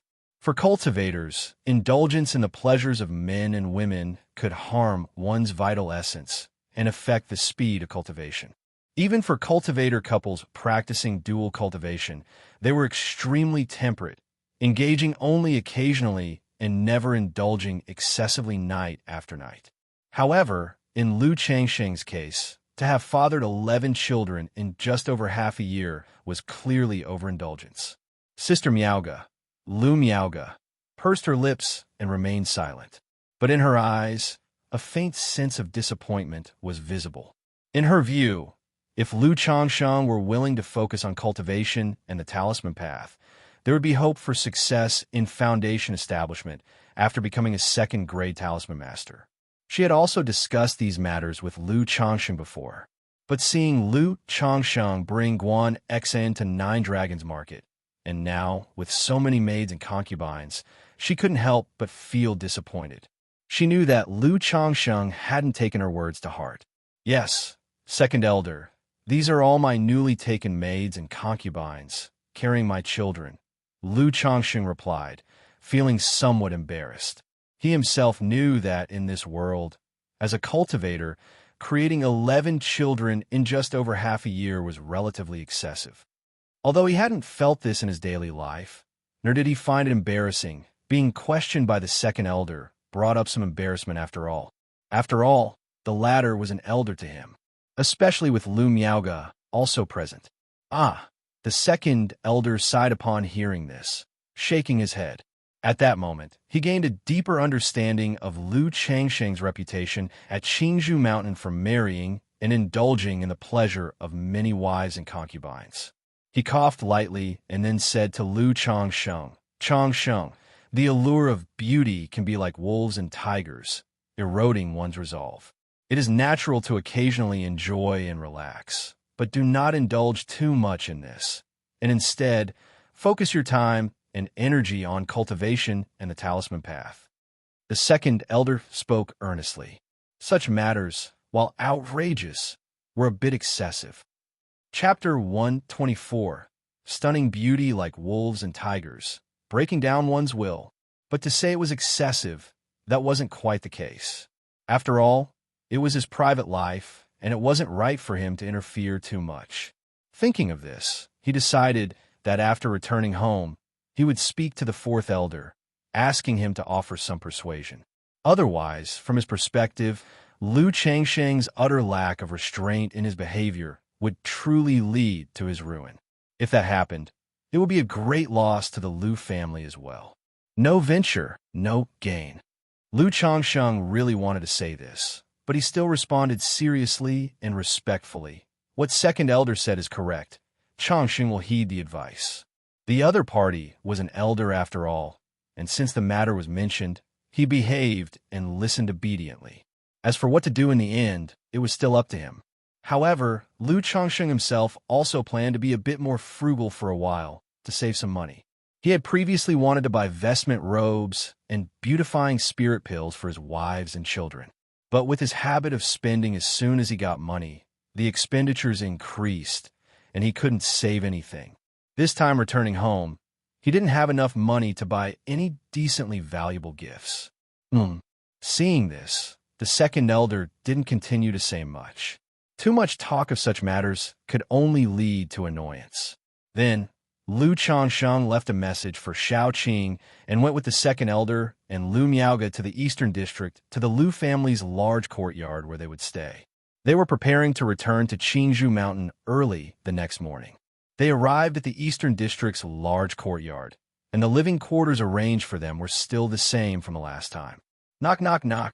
Lu Changsheng was meditating in his room when he heard knocking at the door. He got up and opened the door. Miaoqing. Outside stood Lu Miaoqing. Changsheng, this is the spirit stone I borrowed from you. As soon as Lu Miaoqing saw Lu Changsheng, he directly took out 20 spirit stones and spoke. Lu Changsheng was somewhat surprised. He hadn't expected Lu Miaoqing to come and repay the debt voluntarily. To tell the truth, he had written off those 20 spirit stones as a loss. The other party's behavior was truly unexpected. Miaoqing, you are too polite. It was unnecessary to make a special trip. Lu Changsheng smiled and accepted the spirit stones. He could see that Lu Miaoqing now looked much better, spirit-wise. Probably because he hadn't been going to read books and savor tea for a while. Otherwise, it wouldn't have been possible to save up any spirit stones. What trouble? I've owed them to you for so long. Lu Miaoqing clapped Lu Changsheng's shoulder and enthusiastically said, Changsheng, next month Spring Abundance Building is getting a new batch of tea. They'll treat you. Let's go together. Lu Changsheng's mouth twitched slightly. He thought Miaoqing had given it up, but it seemed he was mistaken. He waved his hand, declaring earnestly, Miaoqing, I never go to such places. Changsheng, let me tell you, this new tea, many of them are unopened, Lu Miaoqing continued speaking. No, I'd better not go. Lu Changsheng asserted firmly. With so many wives and maids at home, what need was there to go to these places? It was simply a waste of money and vitality. With that money, couldn't he buy a couple of maids, buy some gift for his wife and children? Wouldn't that be delightful? Okay then. Seeing this, Lu Miaoqing found it dull and didn't persuade further. Lu Changsheng watched Lu Miaoqing's retreating figure, musing whether Miaoqing enjoyed himself to the fullest, then cultivated for health for a while before going back to his merry ways. A repeating cycle? Otherwise, why had he looked so drained before, and now perfectly normal despite not abstaining? Early the next morning, the second elder led Lu Changsheng and several other Lu family members out of the Nine Dragons Market through the eastern gate. He then took out a palm-sized yellowish-brown flying boat. Activated by mana, the flying boat immediately flew from his palm, transforming into a vessel about 10 feet long, with formation patterns drawn both inside and out. Get on. The second elder commanded. Lu Changsheng stepped onto the flying boat and found a seat to sit down. The flying boat had a total of 7 seats, and beneath the seats, sockets embedded with spirit stones could be seen. He knew this type of flying boat could be propelled by inserting spirit stones, replacing the need for cultivators to use mana to drive it. Otherwise, solely relying on a cultivator's mana to propel it, it would be impossible to achieve long-distance flying. The consumption would be too great. Let's go. After several people were seated, the second elder also boarded the flying boat, formed a spell with his hands, and caused a thin layer of water screen barrier to rise around the edge of the flying boat. Soaring into the air, it transformed into a streak of light shooting forward. At this speed, it's even faster than the Iron Feather Eagle by a bit. If we squeeze in a bit, we can fit about 10 people, Lu Chongqing thought to himself as he watched the flying boat speed. He found the device quite good. If he had one of his own, it would be much more convenient to travel to and from the Nine Dragons market with his wives and concubines in the future. However, the price of such a flying boat would be at least 1,000 spirit stones. And a flying boat is relatively more conspicuous. Without a bit of strength, it is easy to attract unwanted attention on the way. 1.5 days later, the flying boat landed in front of Qingzhou Mountain. As everyone disembarked, Lu Chongsheng cupped his hands in farewell and headed straight for his home. "Husband, the husband is back! Daddy! Daddy! Daddy!" Just as Lu Chongsheng walked into the courtyard, his wives and concubines and several children inside saw him and called out joyfully, crowding around him and hugging him. This scene brought a smile to Lu Changsheng's face, filled with warmth, as he picked up the 2 children who ran over. However, facing so many children, he could only put them down immediately, taking turns hugging each child. He also embraced his several wives. Although he had many maidservants in the Nine Dragons market, he missed the warm feeling of being with his wives and children here. He had been with his wives and children here for so many years, and they had developed a lot of affection for each other. Before long, Lu Miaoyun and Chu Jinjin, among other women, also came with their children, their eyes filled with tender love as they approached Lu Chongsheng. Lu Chongsheng noticed that the little ones in their arms seemed to have grown a bit, very adorable. He then looked at the children of Shuai and Zhou. Both children had hair like their mothers, one red, one blue, but their pupils were black. Seeing his 2 somewhat unconventional children, Lu Chongsheng also found them quite cute. Then, Lu Chongsheng spent time playing with the children and chatting with his wives, listening to some of their stories and sharing his own. Meanwhile, within Qingzhou Valley, at another estate. "Second brother, are you telling me that since Chongqing moved out to live on his own in the Nine Dragons market, he's been indulging in the pleasures of women day in and day out, not only taking a bunch of concubines, but also getting each and every one of them pregnant, with more than 12 children?" The 4th elder asked in surprise after hearing the second elder's words, finding it hard to believe. She was different from the second elder. Having interacted with Lu Chongsheng for so long, she knew he liked having children, but she didn't imagine him to be addicted to the pleasures of the flesh. Usually, he was very diligent and serious in his cultivation and talisman making. But now, hearing the second elder's words, she didn't know what to say, because, in her view, this behavior was indeed a bit over the top. Originally, when the Lu family took a son-in-law by marriage, they only asked for 50 children in 20 years. Yet, in just over half a year, Lu Chongsheng had impregnated 11. If he continued at this rate, would he still cultivate or practice talisman making? "Do I look like someone who likes to joke around?" The second elder saw the 4th elder's disbelief and immediately said, "Miaoga was there at the time. She also saw everything. You can ask Miaoga if you don't believe me." I wouldn't say much about this matter, but as an elder who is usually close, you can talk to Lu Chongsheng at some point, and also let Miaoyan keep an eye on him. Otherwise, if this continues, I'm really afraid he will squander his talent on women. The second elder sighed. What he minded was not Lu Chongsheng taking concubines. After all, it was quite normal for a man to be fond of women. However, in his view, Lu Changsheng's behavior was indeed a bit excessive. Women can be as ferocious as wolves and tigers. They can undermine a man's will. And Lu Changsheng, being so young with an unstable will, was very likely to lose control of himself in this regard. If this kept up, a remarkable talent in the talisman path could very well fall from grace. "All right, they'll go check it out tomorrow." Ask Chongsheng what's going on, what the deal is, the 4th elder said with a serious expression, nodding her head. She had a favorable impression of her grandson-in-law, Lu Chongsheng. She still did not believe that Lu Changsheng would completely drown in the pleasures of flesh and neglect his cultivation and talisman making. She planned to go see for herself the next day and find out what was happening, and to also check Lu Changsheng's skills in talisman making. Then she would know the truth. Chapter 125. I'm not pretending anymore. Actually, I am a spiritual body. _1 Lu Changsheng naturally didn't know that the second elder had gone and spoken to the fourth elder about his activities at the Nine Dragons marketplace. He was still playing in the courtyard with a group of little ones. The courtyard had been turned into something resembling a kindergarten playground by him. At this time, Lu Miaoyan stated that it was getting late and she needed to go to White Deer Mountain Villa to pick up the children. In the previous few months, Lu Pingan, Lu Wuyo, Lu Wuyu, and Lu Shila had been sent to study at White Deer Mountain Villa on Qingzhou Mountain. Therefore, Lu Miaoyun and others usually took turns picking them up and dropping them off. Upon hearing it was time to pick up the kids, Lu Changsheng immediately expressed his desire to go along. He, as a father, had not yet had the chance to pick his children up from school. Soon after, Lu Changsheng and Lu Miaoyan left home, heading towards White Deer Mountain Villa. On the way, Lu Changsheng also shared with Lu Miaoyan about his life in the Nine Dragons marketplace. He bought quite a few maids and fathered quite a few children.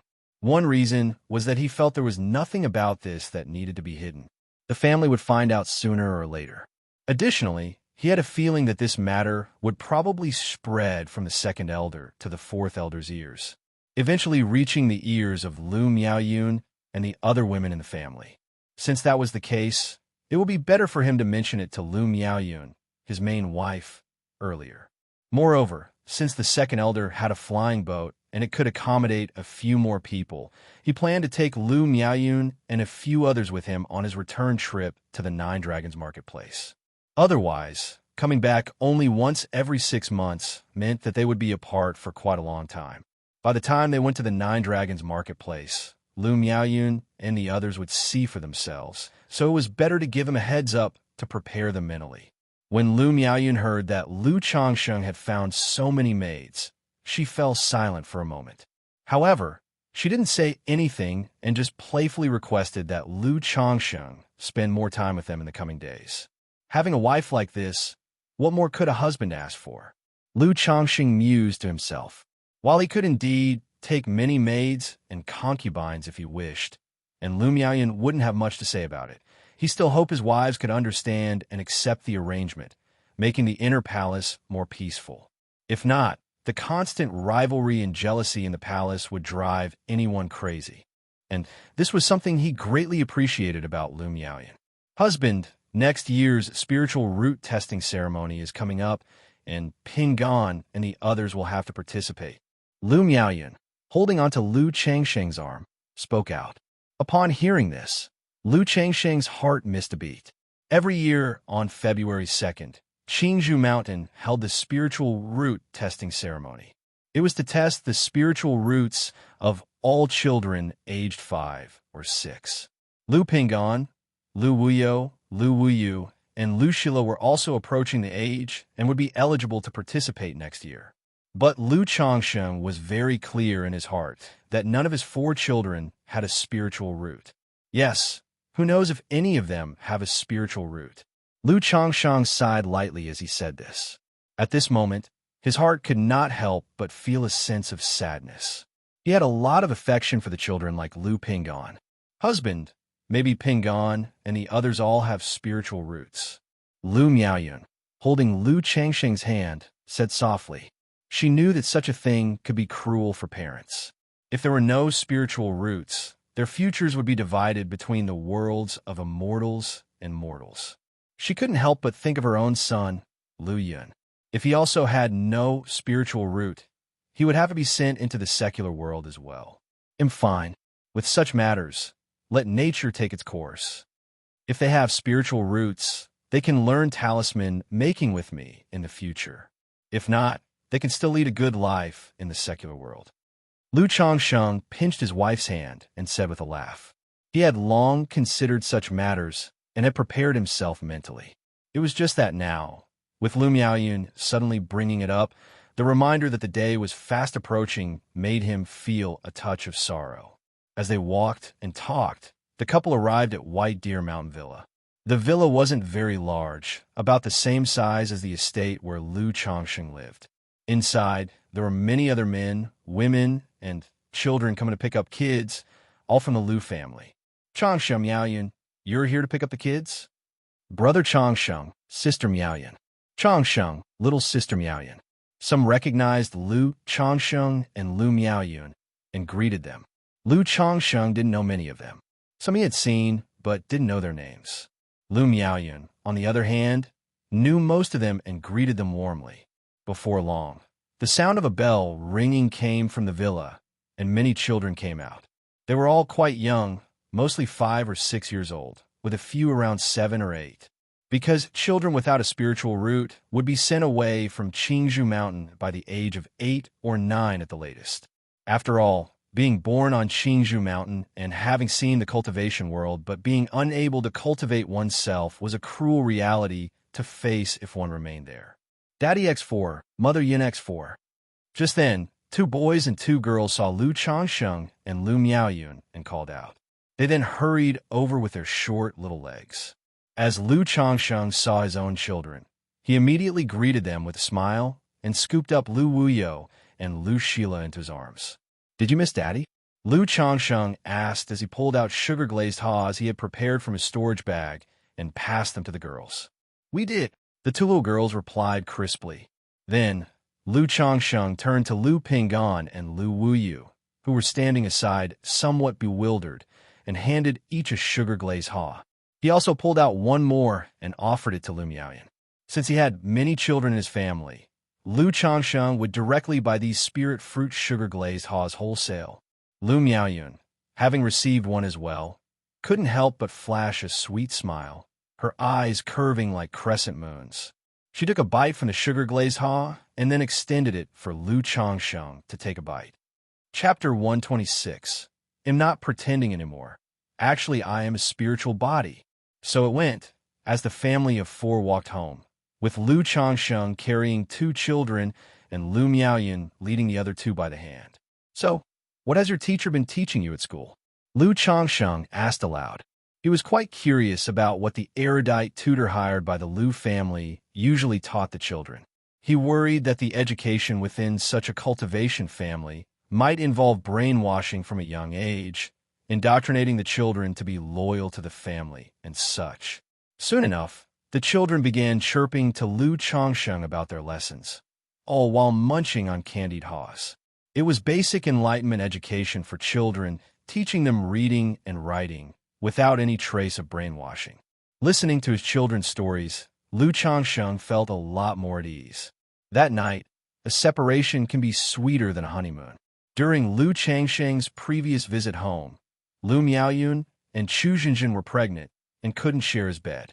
This time, Lu Changsheng naturally had to make up for it. He also wanted to show the 2 women the strength he had gained from his recent success in body refinement. The next day, while past sunrise, Lu Changsheng heard a knock at the door. After being told the 4th elder had come to visit, he dressed with the help of Lu Miaoyun and Chu Jinjin and proceeded to the living room. Grandma, Grandma. When Lu Changsheng and Lu Miaoyun arrived in the living room, they immediately saw the 4th elder clad in a green dress, her black hair flecked with silver, lovingly cradling a baby in her arms. It didn't take much thought to realize she was holding Lu Yun. Although the 4th elder was fond of Lu Changsheng, she didn't extend this affection to every one of his children. It was just that she had a particular fondness for the great-grandson born to her granddaughter. Hee, it seems Grandma has come at an inappropriate time, the 4th elder said with a chuckle, lifting her gaze to the couple. She could tell at a glance that her granddaughter and grandson-in-law had probably just risen from bed and teased them with her remark. Lu Miaoyun blushed at the comment. Changsheng only returned yesterday, and he was preoccupied with accompanying his wives and children. He neglected to visit Grandma, in hopes for her understanding. Lu Changsheng said, his demeanor easy and composed. He sensed the 4th elder's visit wasn't just a simple check-in on her great-grandson. Otherwise, there would have been no need to inform him and Lu Miaoyan. Hee hee. Grandma was just missing my dear great-grandson and thought to visit. Seeing as you, Changsheng, have returned, the fourth elder said heartily. Soon, she chatted with Lu Changsheng and Lu Miaoyan about everyday family matters. When the conversation was nearly over, the fourth elder turned to Lu Changsheng and said, Changsheng, you've been away for some time. Let Grandma see how your talisman-making skill is faring, to make sure it hasn't slipped. The fourth elder stated this goal of her visit. After all, the words spoken by the second elder yesterday compelled her to make sure Lu Changsheng was in good shape. But she wouldn't outright mention the concerns about Lu Changsheng being too absorbed in pleasures of the flesh and fathering children. Instead, she used the pretext of checking his talisman-making skill to see if his cultivation or talisman-making had suffered any neglect. If there was no neglect, all the better. If there had been, she would have a reason to admonish him, to prevent him from succumbing to indulgence. Changsheng has returned this time, also wishing to consult with Grandma and ask for her guidance. Lu Changsheng murmured to himself, having anticipated the fourth elder's purpose. He spoke earnestly. Then he stood up, moved to a table, and took out his talisman-making tools from a storage bag. Seeing this, Lu Miaoyan took little Lu Yun from the fourth elder's arms and stepped out of the room, so as not to disturb her husband while making talismans with the baby's fussing. Making middle-grade talismans wasn't a challenge for Lu Changsheng, even with a child's noise. He could even manage it with one hand while holding a child in the other, but naturally he couldn't show that now. After Lu Miaoyan left with the child, Lu Changsheng began crafting talismans under the watchful eye of the fourth elder, his magic artifact pen in hand dutifully etching the talisman. He was making a middle-grade Earth Escape talisman, which the fourth elder had previously taught him. Before long, Lu Changsheng completed the Earth Escape talisman smoothly and expertly. Changsheng, you've become so proficient with the Earth Escape talisman? Seeing Lu Changsheng fluently complete the talisman, the fourth elder's face immediately lit up with pleasant surprise. Just over 4 months ago, she had started teaching him to craft the Earth Escape talisman. But at this moment, not only had Lu Changsheng successfully crafted it, but he did so with practiced ease, achieving a success rate of around 70 to 80%. This came as a delightful surprise to her. She realized at once that Lu Changsheng had by no means neglected the talisman path during his time in Nine Dragons Market. It's all thanks to your initial guidance, Grandma, Lu Changsheng said with a modest laugh, continuing, Grandma, not only have I mastered the Earth Escape talisman, but in my recent explorations, I've also made inroads into the Frost talisman, though I'm still not quite proficient and would like to seek your guidance. Since he had an inkling of the fourth elder's reasons for her visit, Lu Changsheng naturally had to play his part well and put on a good show. He had already been considering that his frenzied acquisition of concubines and servants might not sit well with the family. The Lu family was bound to have some concerns. Therefore, he thought it over and concocted a reason or excuse for himself. What? You've made progress with the Frost talisman. The fourth elder, hearing this, could hardly maintain her composure. Her graceful facade slipped for a moment. Her eyes widened with shock and disbelief as she gazed at Lu Changsheng. Her look resembled Duan Yanqing's when he learned that Duan Yu was his own son. Astonished disbelief. Yes, Grandma, I've indeed made progress, but I still need more practice. Lu Changsheng replied to the elderly lady, managing not to betray any emotion, thinking to himself that he may have overplayed his hand. Chapter 127. Am not pretending anymore. Actually, I am a spiritual body. Okay, show me how you draw a Frost talisman, said the fourth elder as she took a deep breath. The Frost talisman was a middle-grade talisman of similar difficulty to the Earth Escape talisman. But the problem was that she had never taught Lu Changsheng the Frost talisman. It was just over 4 months ago that she taught Lu Changsheng the Earth Escape talisman. For Lu Changsheng to have reached such proficiency with the Earth Escape talisman in 4 months was already incredibly surprising. Yet now, Lu Changsheng was telling her that not only had he mastered the Earth Escape talisman, but he had also managed to grasp the basics of the Frost Talisman on his own. How could she not be shocked? Under the fourth elder's watchful eye, Lu Changsheng clumsily began to draw the Frost Talisman. As expected, the first attempt naturally ended in failure. When you're drawing, the flow of your spiritual power isn't smooth enough, which causes it to dissipate a bit. On seeing this, the fourth elder gently pointed out the issue in a mild tone. Yes, grandmother. Lu Changxing nodded, then continued drawing again. But it was still a failure. The fourth elder continued to identify the problem. However, her look at Lu Changsheng was different now. She could tell that Lu Changsheng did indeed have a certain degree of proficiency with the Frost Talisman. At this moment, Lu Changsheng took a sip of white Jade 100 Flowers wine and started his third attempt at drawing. Finally, under the fourth elder's gaze, Lu Changxing fortunately managed to successfully draw the Frost Talisman. Although it's still not proficient, it's evident that you have indeed grasped the basics of the Frost Talisman. The fourth elder looked at the Frost Talisman, her expression full of surprise and delight, but also somewhat incredulous. If she hadn't seen it with her own eyes, she would have never believed that Lu Changsheng could become so skilled with the Earth Escape Talisman in just over 4 months, while also mastering the basics of the Frost Talisman. This talent for talisman making was simply completely beyond what Lu Changsheng had displayed before in his talismanic aptitude. Changsheng, how did you do it? I heard from the second elder that during this period at Nine Dragons Market, you have taken quite a few concubines into your residence, some of whom you are indulging in. The fourth elder began, her tone also uncertain what to say next. She had actually planned to use this check on his talisman-making skill as an excuse to give Lu Changsheng a little scolding. But to her surprise, Lu Changsheng's talisman-making skills had not only not deteriorated in the slightest, they were unexpectedly much more advanced than before. She was momentarily dumbfounded. She even doubted whether the second elder had been deceiving her. After all, how could someone who spends his days indulging in pleasures and fathering children have so much energy to devote to talisman making? Upon hearing the fourth elder's words, Lu Changsheng thought to himself that the second elder had indeed told her about these matters. He fell silent, saying nothing. It's fine, as long as your cultivation and your pursuit of the talisman path are not delayed, said the fourth elder, not pressing him further upon seeing his silence. After all, with Lu Changsheng performing so excellently in talisman making, what more could she say? Hearing this, Lu Changsheng bit his lip and responded, I won't hide it from you, grandmother, and you might not believe these words. I have found that after being intimate, drawing talismans afterward feels extremely smooth. Even those aspects of talisman making I didn't understand or couldn't figure out, after being intimate more frequently, my thoughts started to clear up much more, and drawing talismans felt almost effortless, Lu Changsheng stated.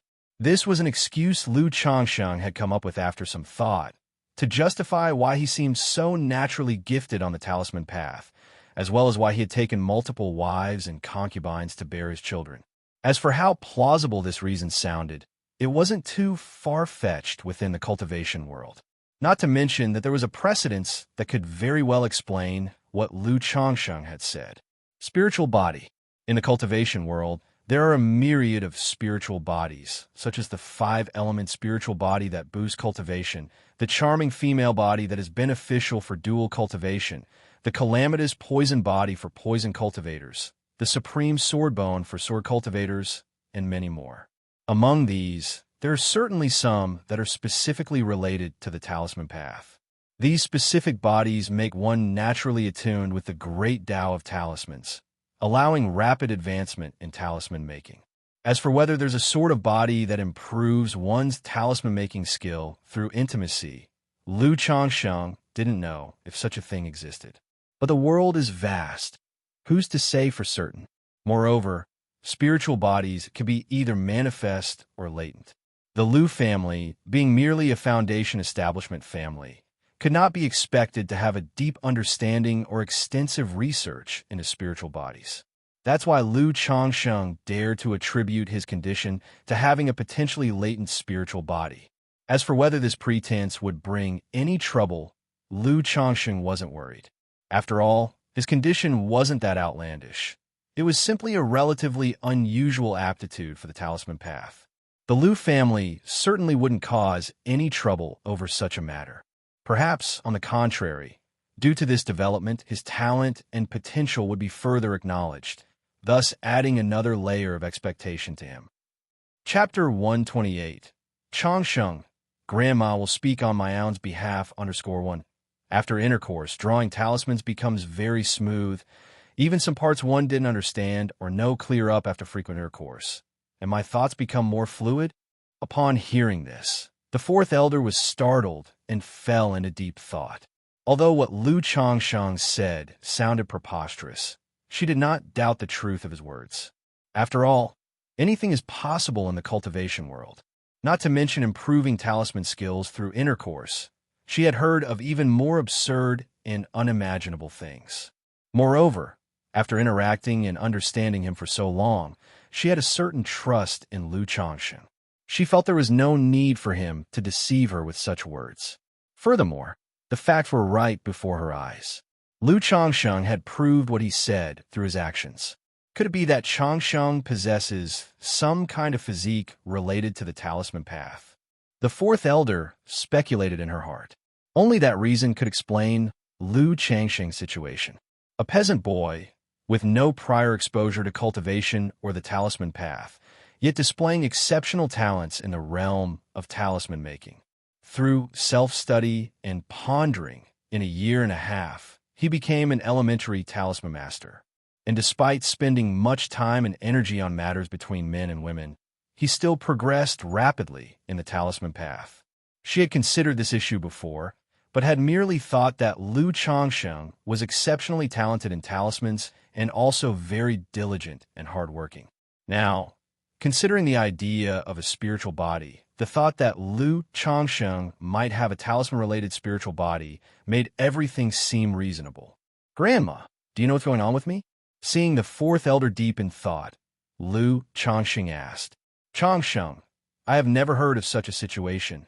The fourth elder shook her head and inquired, besides this, do you have any other abnormalities? No. Before I just felt that my hands were better at making talismans and my thoughts flowed better after intercourse, but I didn't think too much about it or pay it too much attention.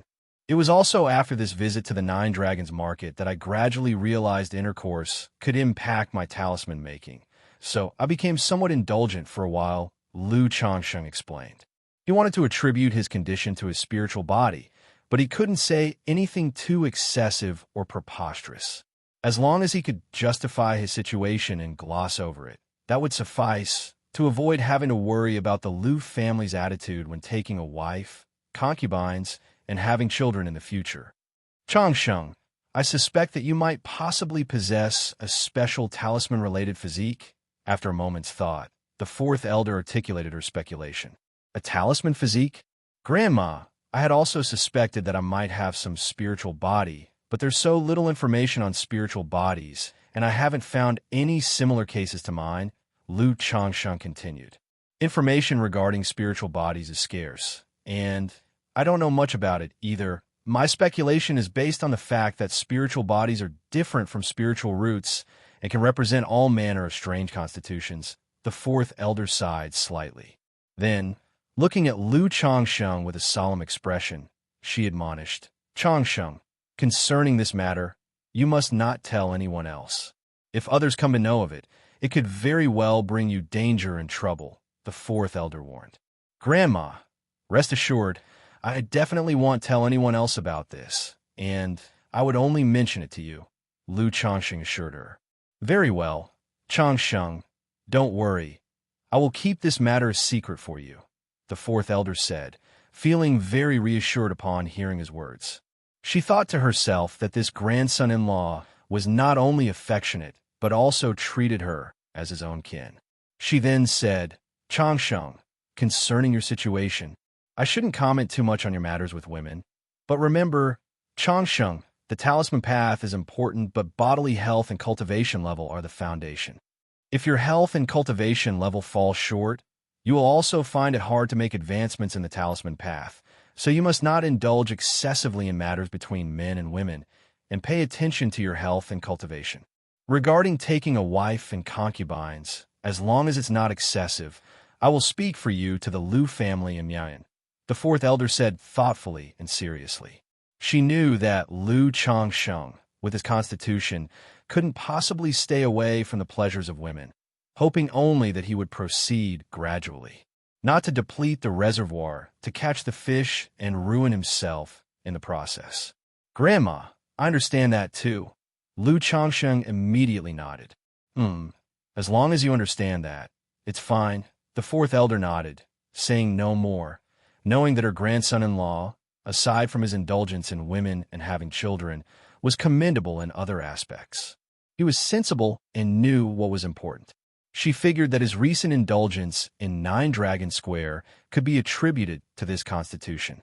Suddenly, she felt that Lu Changsheng's preferences and his physique were indeed a perfect match. Changsheng, you should also be somewhat cautious about having children. Otherwise, too many children in the future will be a considerable burden on you and affect your well-being, the fourth elder added, thinking of Lu Changsheng's situation with over 10 children in just over half a year. In the family, children can be a source of strength and a legacy, but beyond a certain point, they can also become a liability. Their needs can distract one's energy and, at times, draw one into turmoil. Grandma, you know that I'm a man without great ambitions, and I don't covet that fleeting hope of foundation establishment. I'm already content with my current life, and my plan is to have many children for a full household in the future. If any of the children have a spiritual root, it'll fully support their cultivation so that they can have an easier and further future, he declared. Chapter 129. Changsheng, Grandma will speak on my own's behalf. Lu Changsheng spoke, saying the following. This was not his first time expressing his aspiration publicly, so he appeared very sincere in his speech. Okay, Grandma understands. Just take care of yourself and don't neglect your cultivation. The fourth elder sighed softly upon hearing this. She also knew that Lu Changsheng did not have grand ambitions and did not have a great pursuit in the realm of cultivation. It was only in the matter of wives and concubines bearing children that he had a certain obsession. But considering Lu Changsheng's 9th grade spiritual root, she couldn't say much about it and chose to be understanding. Moreover, for the Lu family, they hoped for the same from Lu Changsheng. A person who only sought a stable life with a warm family was much better than one full of ambition, solely focused on the path of cultivation. Thank you, Grandma. Lu Changsheng bowed with a clasped fist in gratitude, knowing that this matter was now in the past. And with this spiritual body as a cover, whether for taking wives, concubines, having children, or advancing in the talisman path, explanations would now be much more convenient. We're all family. No need for such courtesy with Grandma, the fourth elder said with a loving smile on her face. Then she proceeded to give guidance on drawing the frost talisman. After teaching the frost talisman, and considering Lu Changsheng's physical condition, knowing that his trip to Nine Dragons Market would mean he wouldn't return for some time, she taught Lu Changsheng 2 more middle-grade talismans. It wasn't to make him learn them right away, but just to explain them to him, so that he could more easily learn to explore them by himself in the future. After finishing the talisman-making lesson, the fourth elder also held her heavy grandson for a while and chatted with Lu Miaoyun before leaving. In the blink of an eye, 3 days passed. During this time, apart from spending time with his wives, Lu Changsheng also visited Li Feiyu. He met with this good friend to catch up and chat. Li Feiyu was still immersed in back-breaking work, acting as a butcher, nurturing spirits, casually working as a purifying craftsman, and even raising 2 black hogs at home. Knowing that advice would be futile, Lu Changsheng didn't urge him further. They simply had a meal, chatted, and when leaving, Lu Changsheng gave red envelopes to the children. Let's go. Lu Changsheng, accompanied by Lu Miaoyun and Chu Xinjin, headed out, preparing to go to Nine Dragons Market. This time, Lu Miaoyun and Chu Xinjin were also going to Nine Dragons Market with him. This was after discussion with his numerous wives and concubines. Each trip, he would take 2 wives to stay in Nine Dragons Market for a short while. Two people were chosen because the second elder's flying boat had limited seating. Too many people would mean potentially no seats available.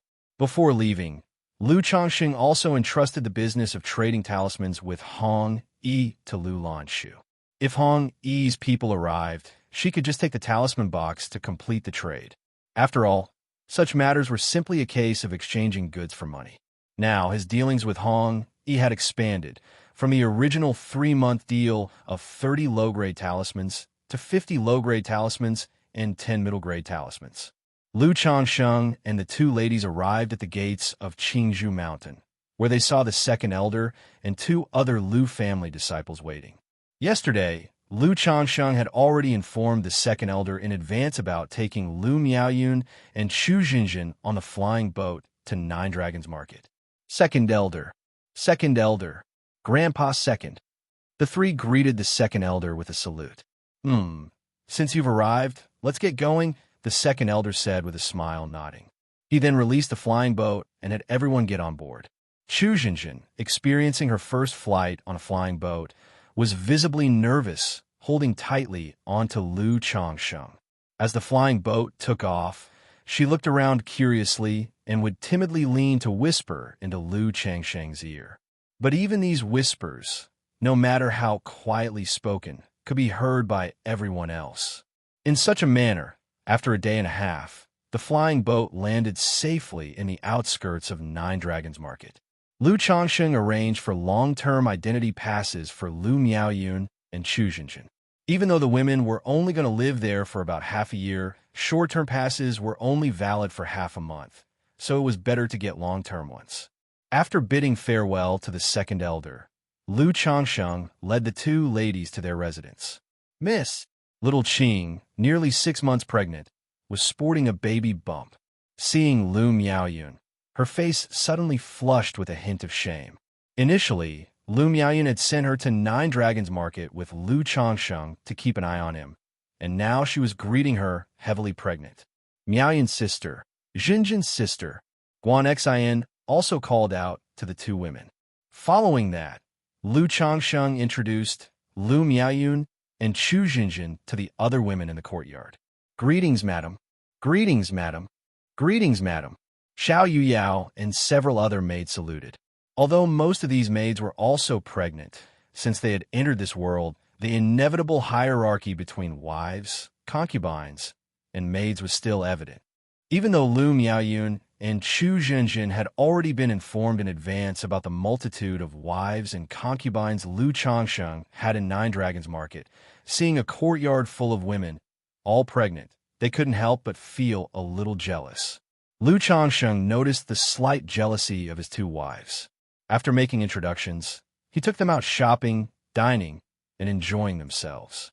The two women had been living a monotonous life in Qingzhou Valley, in Nine Dragons Market. Indulging in shopping and entertainment made them extremely happy, dissipating any minor displeasure they had. Over these 3 days, Lu Changsheng spent over 100 spirit stones shopping and having fun with the two ladies. With Lu Miaoyun and Chu Jinjin joining the household, Lu Changsheng's life did not change much. He just moderated his actions regarding intimate relations a bit.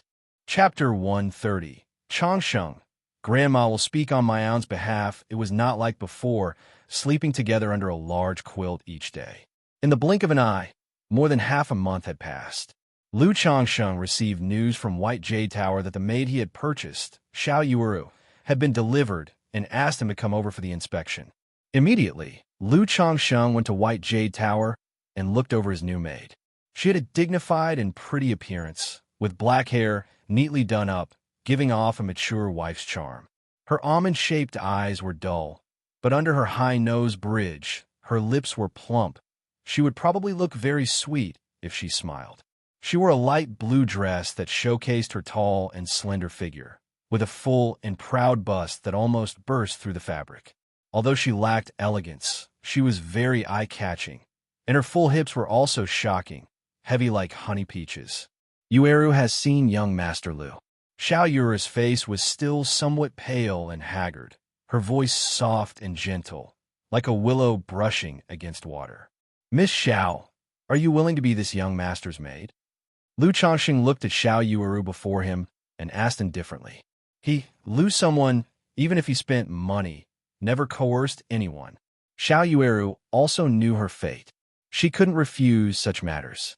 Moreover, the young man in front of her, from his looks and temperament, didn't seem like a bad person. She immediately showed a hint of a smile and bowed gracefully. Yueru is willing to be the young master's maid. Her smile was indeed sweet, like a delightful young girl, perfectly blending mature charm with the amorousness in her eyes and eyebrows. All right, Manager Feng, I'm quite satisfied. Hearing this, Lu Changxing also showed a faint smile and spoke to Feng Jinyang. After completing the transaction with Feng Jinyang, holding on to Xiao Yueru's spiritual contract, he took her home with him. On the way, Lu Changxing directly spoke to Xiao Yueru, saying the reason he bought a maid was to have children. As long as she could give birth to several children, he would not mistreat her. Regarding other things, he said nothing further, nor did he inquire about Xiao Yueru's circumstances. After all, having gone through White Jade Tower, these karmic matters were no longer his concern. He also didn't have the ability to help sort things out. After speaking these words, Lu Changxing suddenly felt a hint of trance. He remembered, back when he was expelled by Qinyan's sect, Lu Yuanding appeared and talked about finding a son-in-law, having 50 children in 20 years. At this moment, he, and the past Lu Yuanding, seemed strikingly similar. This is life. Lu Changxing felt somewhat moved in his heart. Then he laughed lightly and said, whether good or bad, one should live without regrets. Back home, because of Xiao Yueru's matter, Lu Changxing had already talked to Lu Miaoyan. So after bringing her home, Lu Miaoyan had no objections. He arranged for Xiao Yueru to share a room with another maid. Since Lu Miaoyan and Chu Jinjin had arrived, the courtyard seemed a bit cramped. Thus, a few maids ended up sharing rooms, 2 or 3 to a room. In the day-to-day life, Lu Changxing saw that Lu Miaoyan and Chu Jinjin were often bored, so he occasionally taught the two talisman making. He thought of leveraging his own talisman making skill to see if he could make both women into talisman masters. Lu Miaoyan had been verified by the 4th elder and indeed lacked the talent for it. Chu Jinjin was a bit better, but still not notably so. This made Lu Changxing sigh inwardly, fearing that having his children learn a skill would be difficult as well. Without any talent, one could only rely on money. However, skills built up by money alone had their limits. Time flew by, and in the blink of an eye, over a month had passed. Xiao Yueru became pregnant under Lu Changxing's care, and the child in Xiao Yuyo's womb was also born. To Lu Changxing's disappointment, this child did not possess a spiritual root.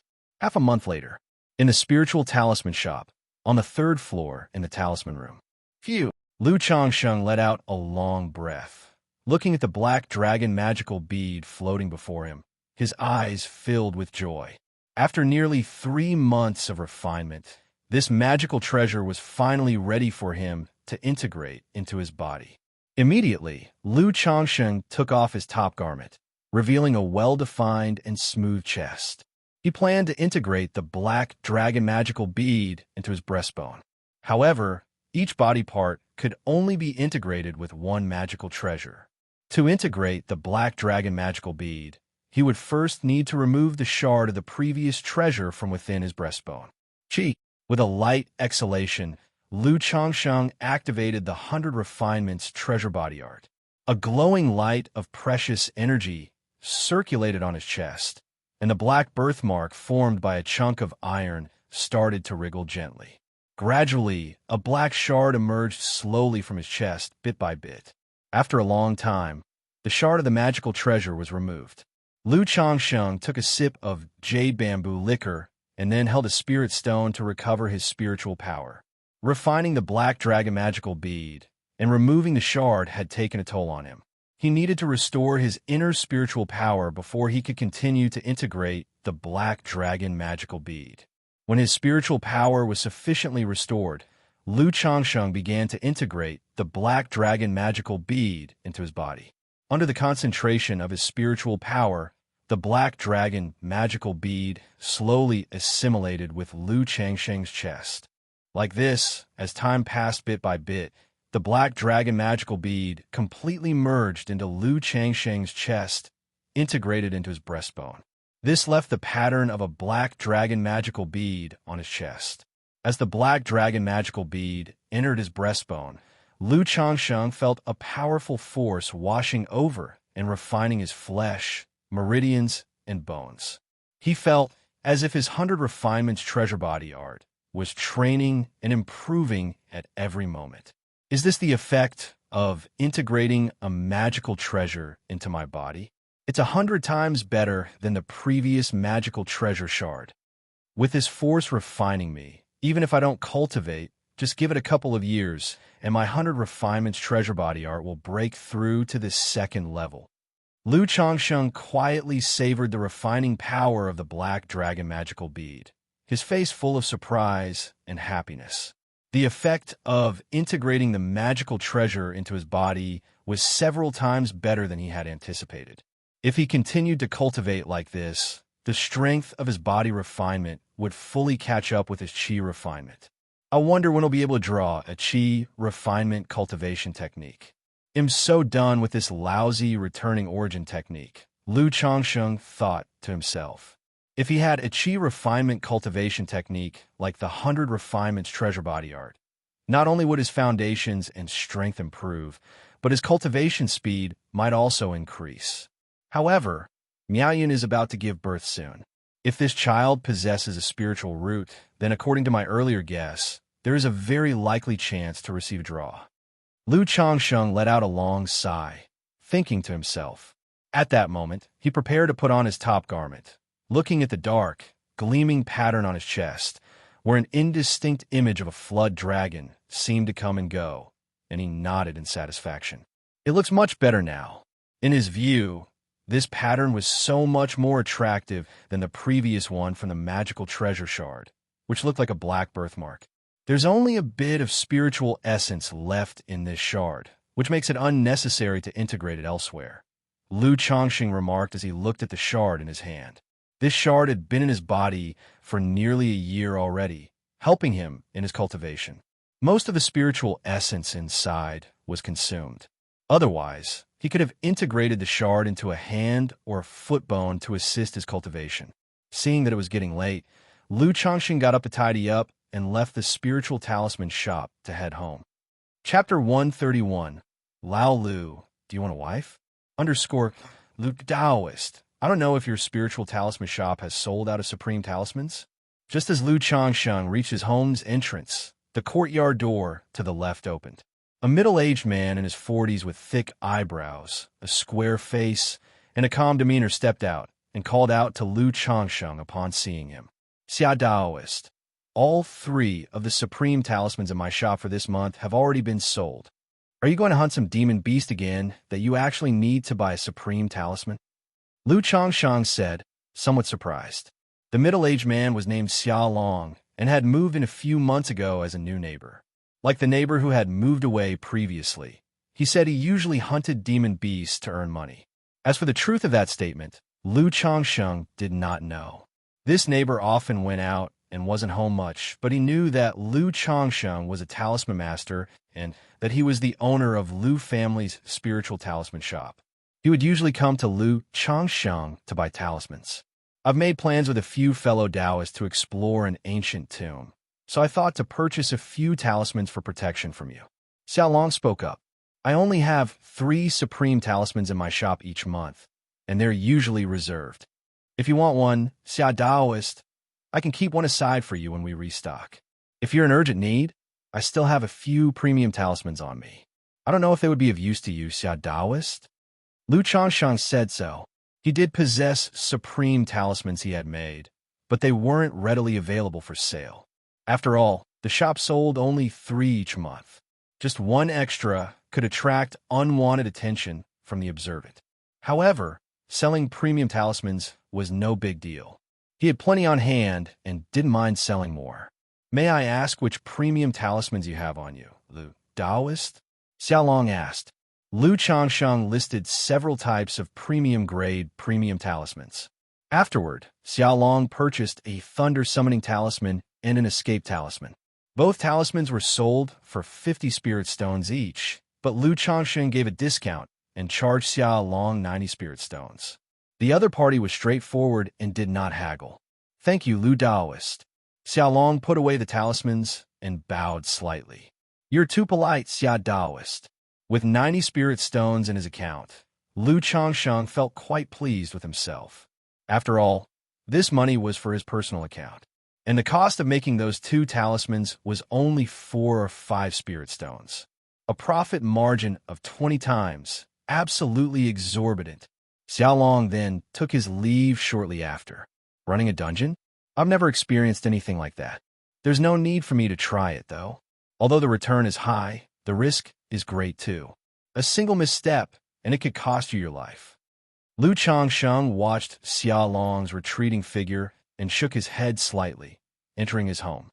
He was somewhat curious about exploring the ancient tombs and secret realms like others did, but he had no desire to try such endeavors. With the system at his side, he didn't need to struggle and fight as Xiaolong did.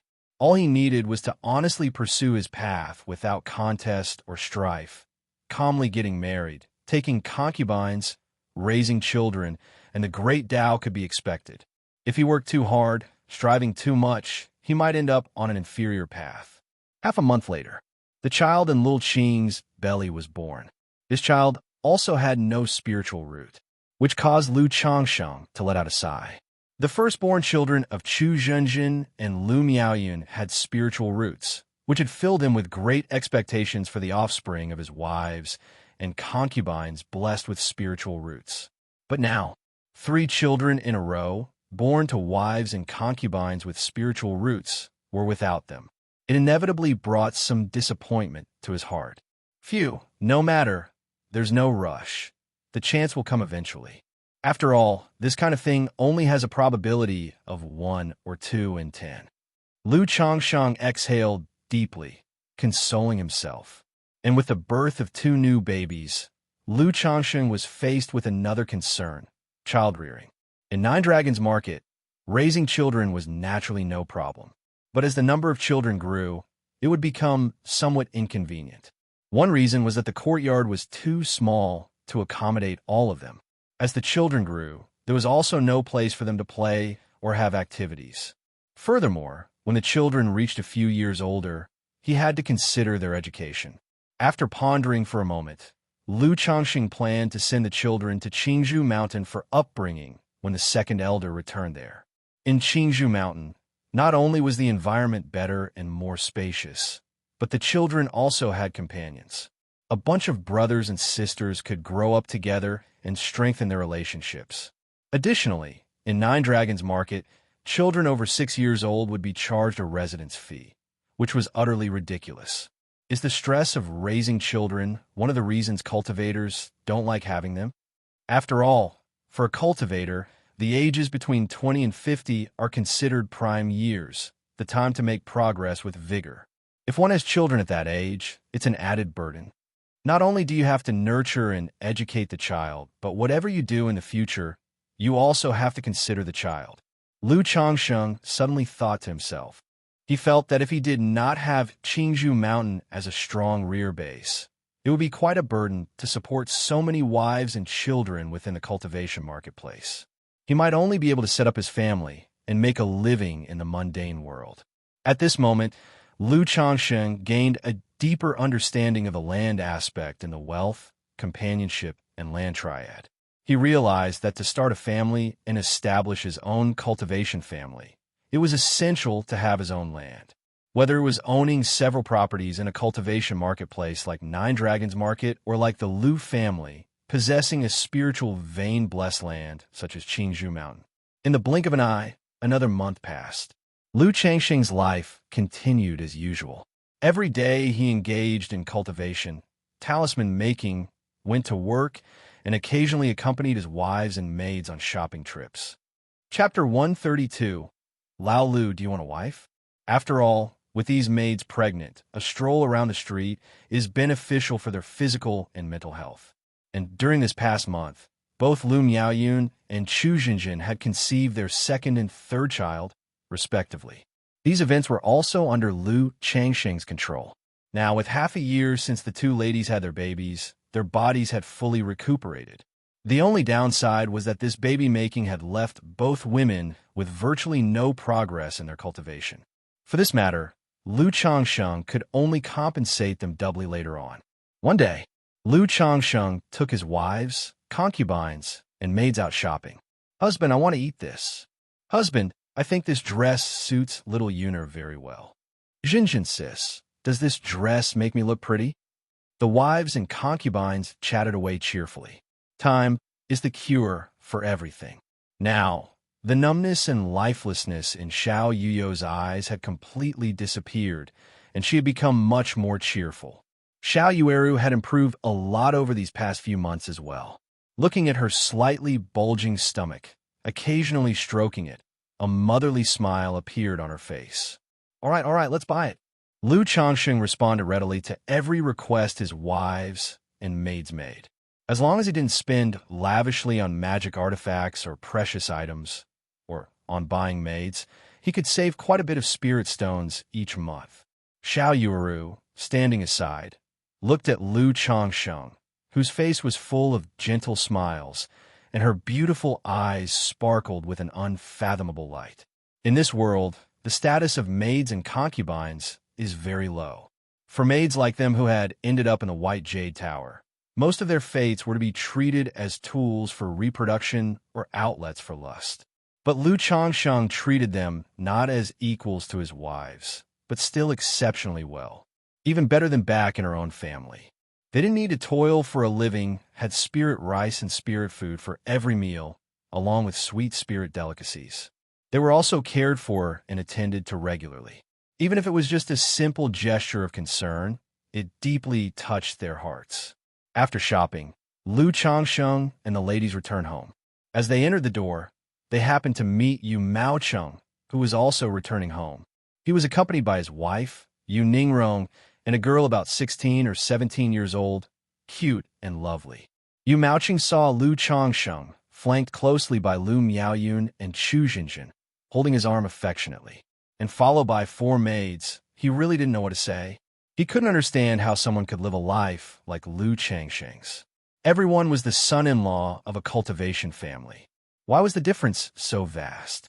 Lu Changsheng was a talisman master, but he himself was also a spirit cooking chef. Yu Maocheng was truly envious, but he still greeted Lu Changsheng with a smile and a nod. "Husband, what do you think about marrying Xianxia off to Lu Changsheng?" Just as he entered the house, Yu Maocheng heard a voice. It was his wife Yu Ningrong speaking. "My lady, you want to betroth Xianxia to Lu Changsheng?" Yu Maocheng was slightly stunned and replied telepathically. Yin Xianxian was the daughter of his wife's good friend. Recently, after her parents suffered an accident and left only her behind, she was left in the care of his wife. They had just brought Yin Xianxian to the Nine Dragons marketplace today, preparing to arrange for her to help out in the shop. He hadn't expected his wife to think of betrothing Yin Xianxian to Lu Changsheng at this moment. Thinking about Lu Changsheng being surrounded by so many wives and maids, and now his wife wanting to marry Yin Xianxian to him, it almost made him grit his teeth to dust. "Damn it, you're really something," Yu Maocheng thought enviously. "That's right, Xianxian is soft-hearted and not very independent.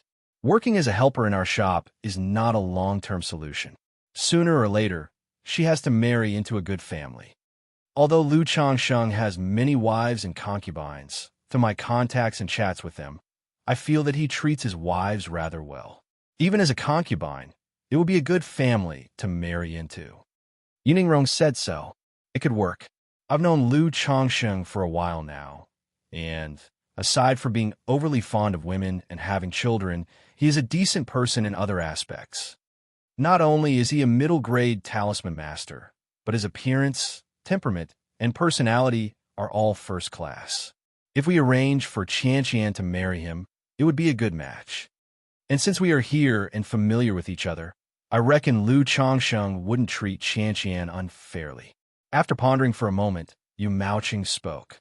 He might envy Lu Changsheng, but after interacting for so long, he felt that Lu Changsheng was a pretty good and reliable person. Upon hearing this, Yu Ningrong nodded slightly.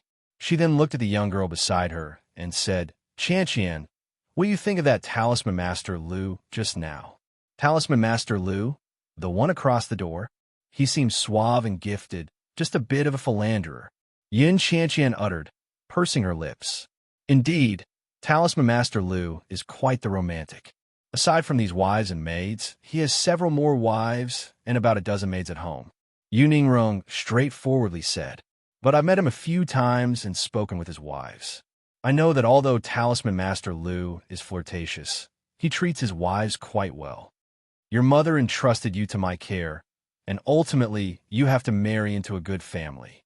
If you're willing, Aunt Rong can arrange a marriage for you and betroth you to Talisman Master Lu. Yu Ningrong continued to speak. Upon hearing this, Yin Xianxian was slightly taken aback.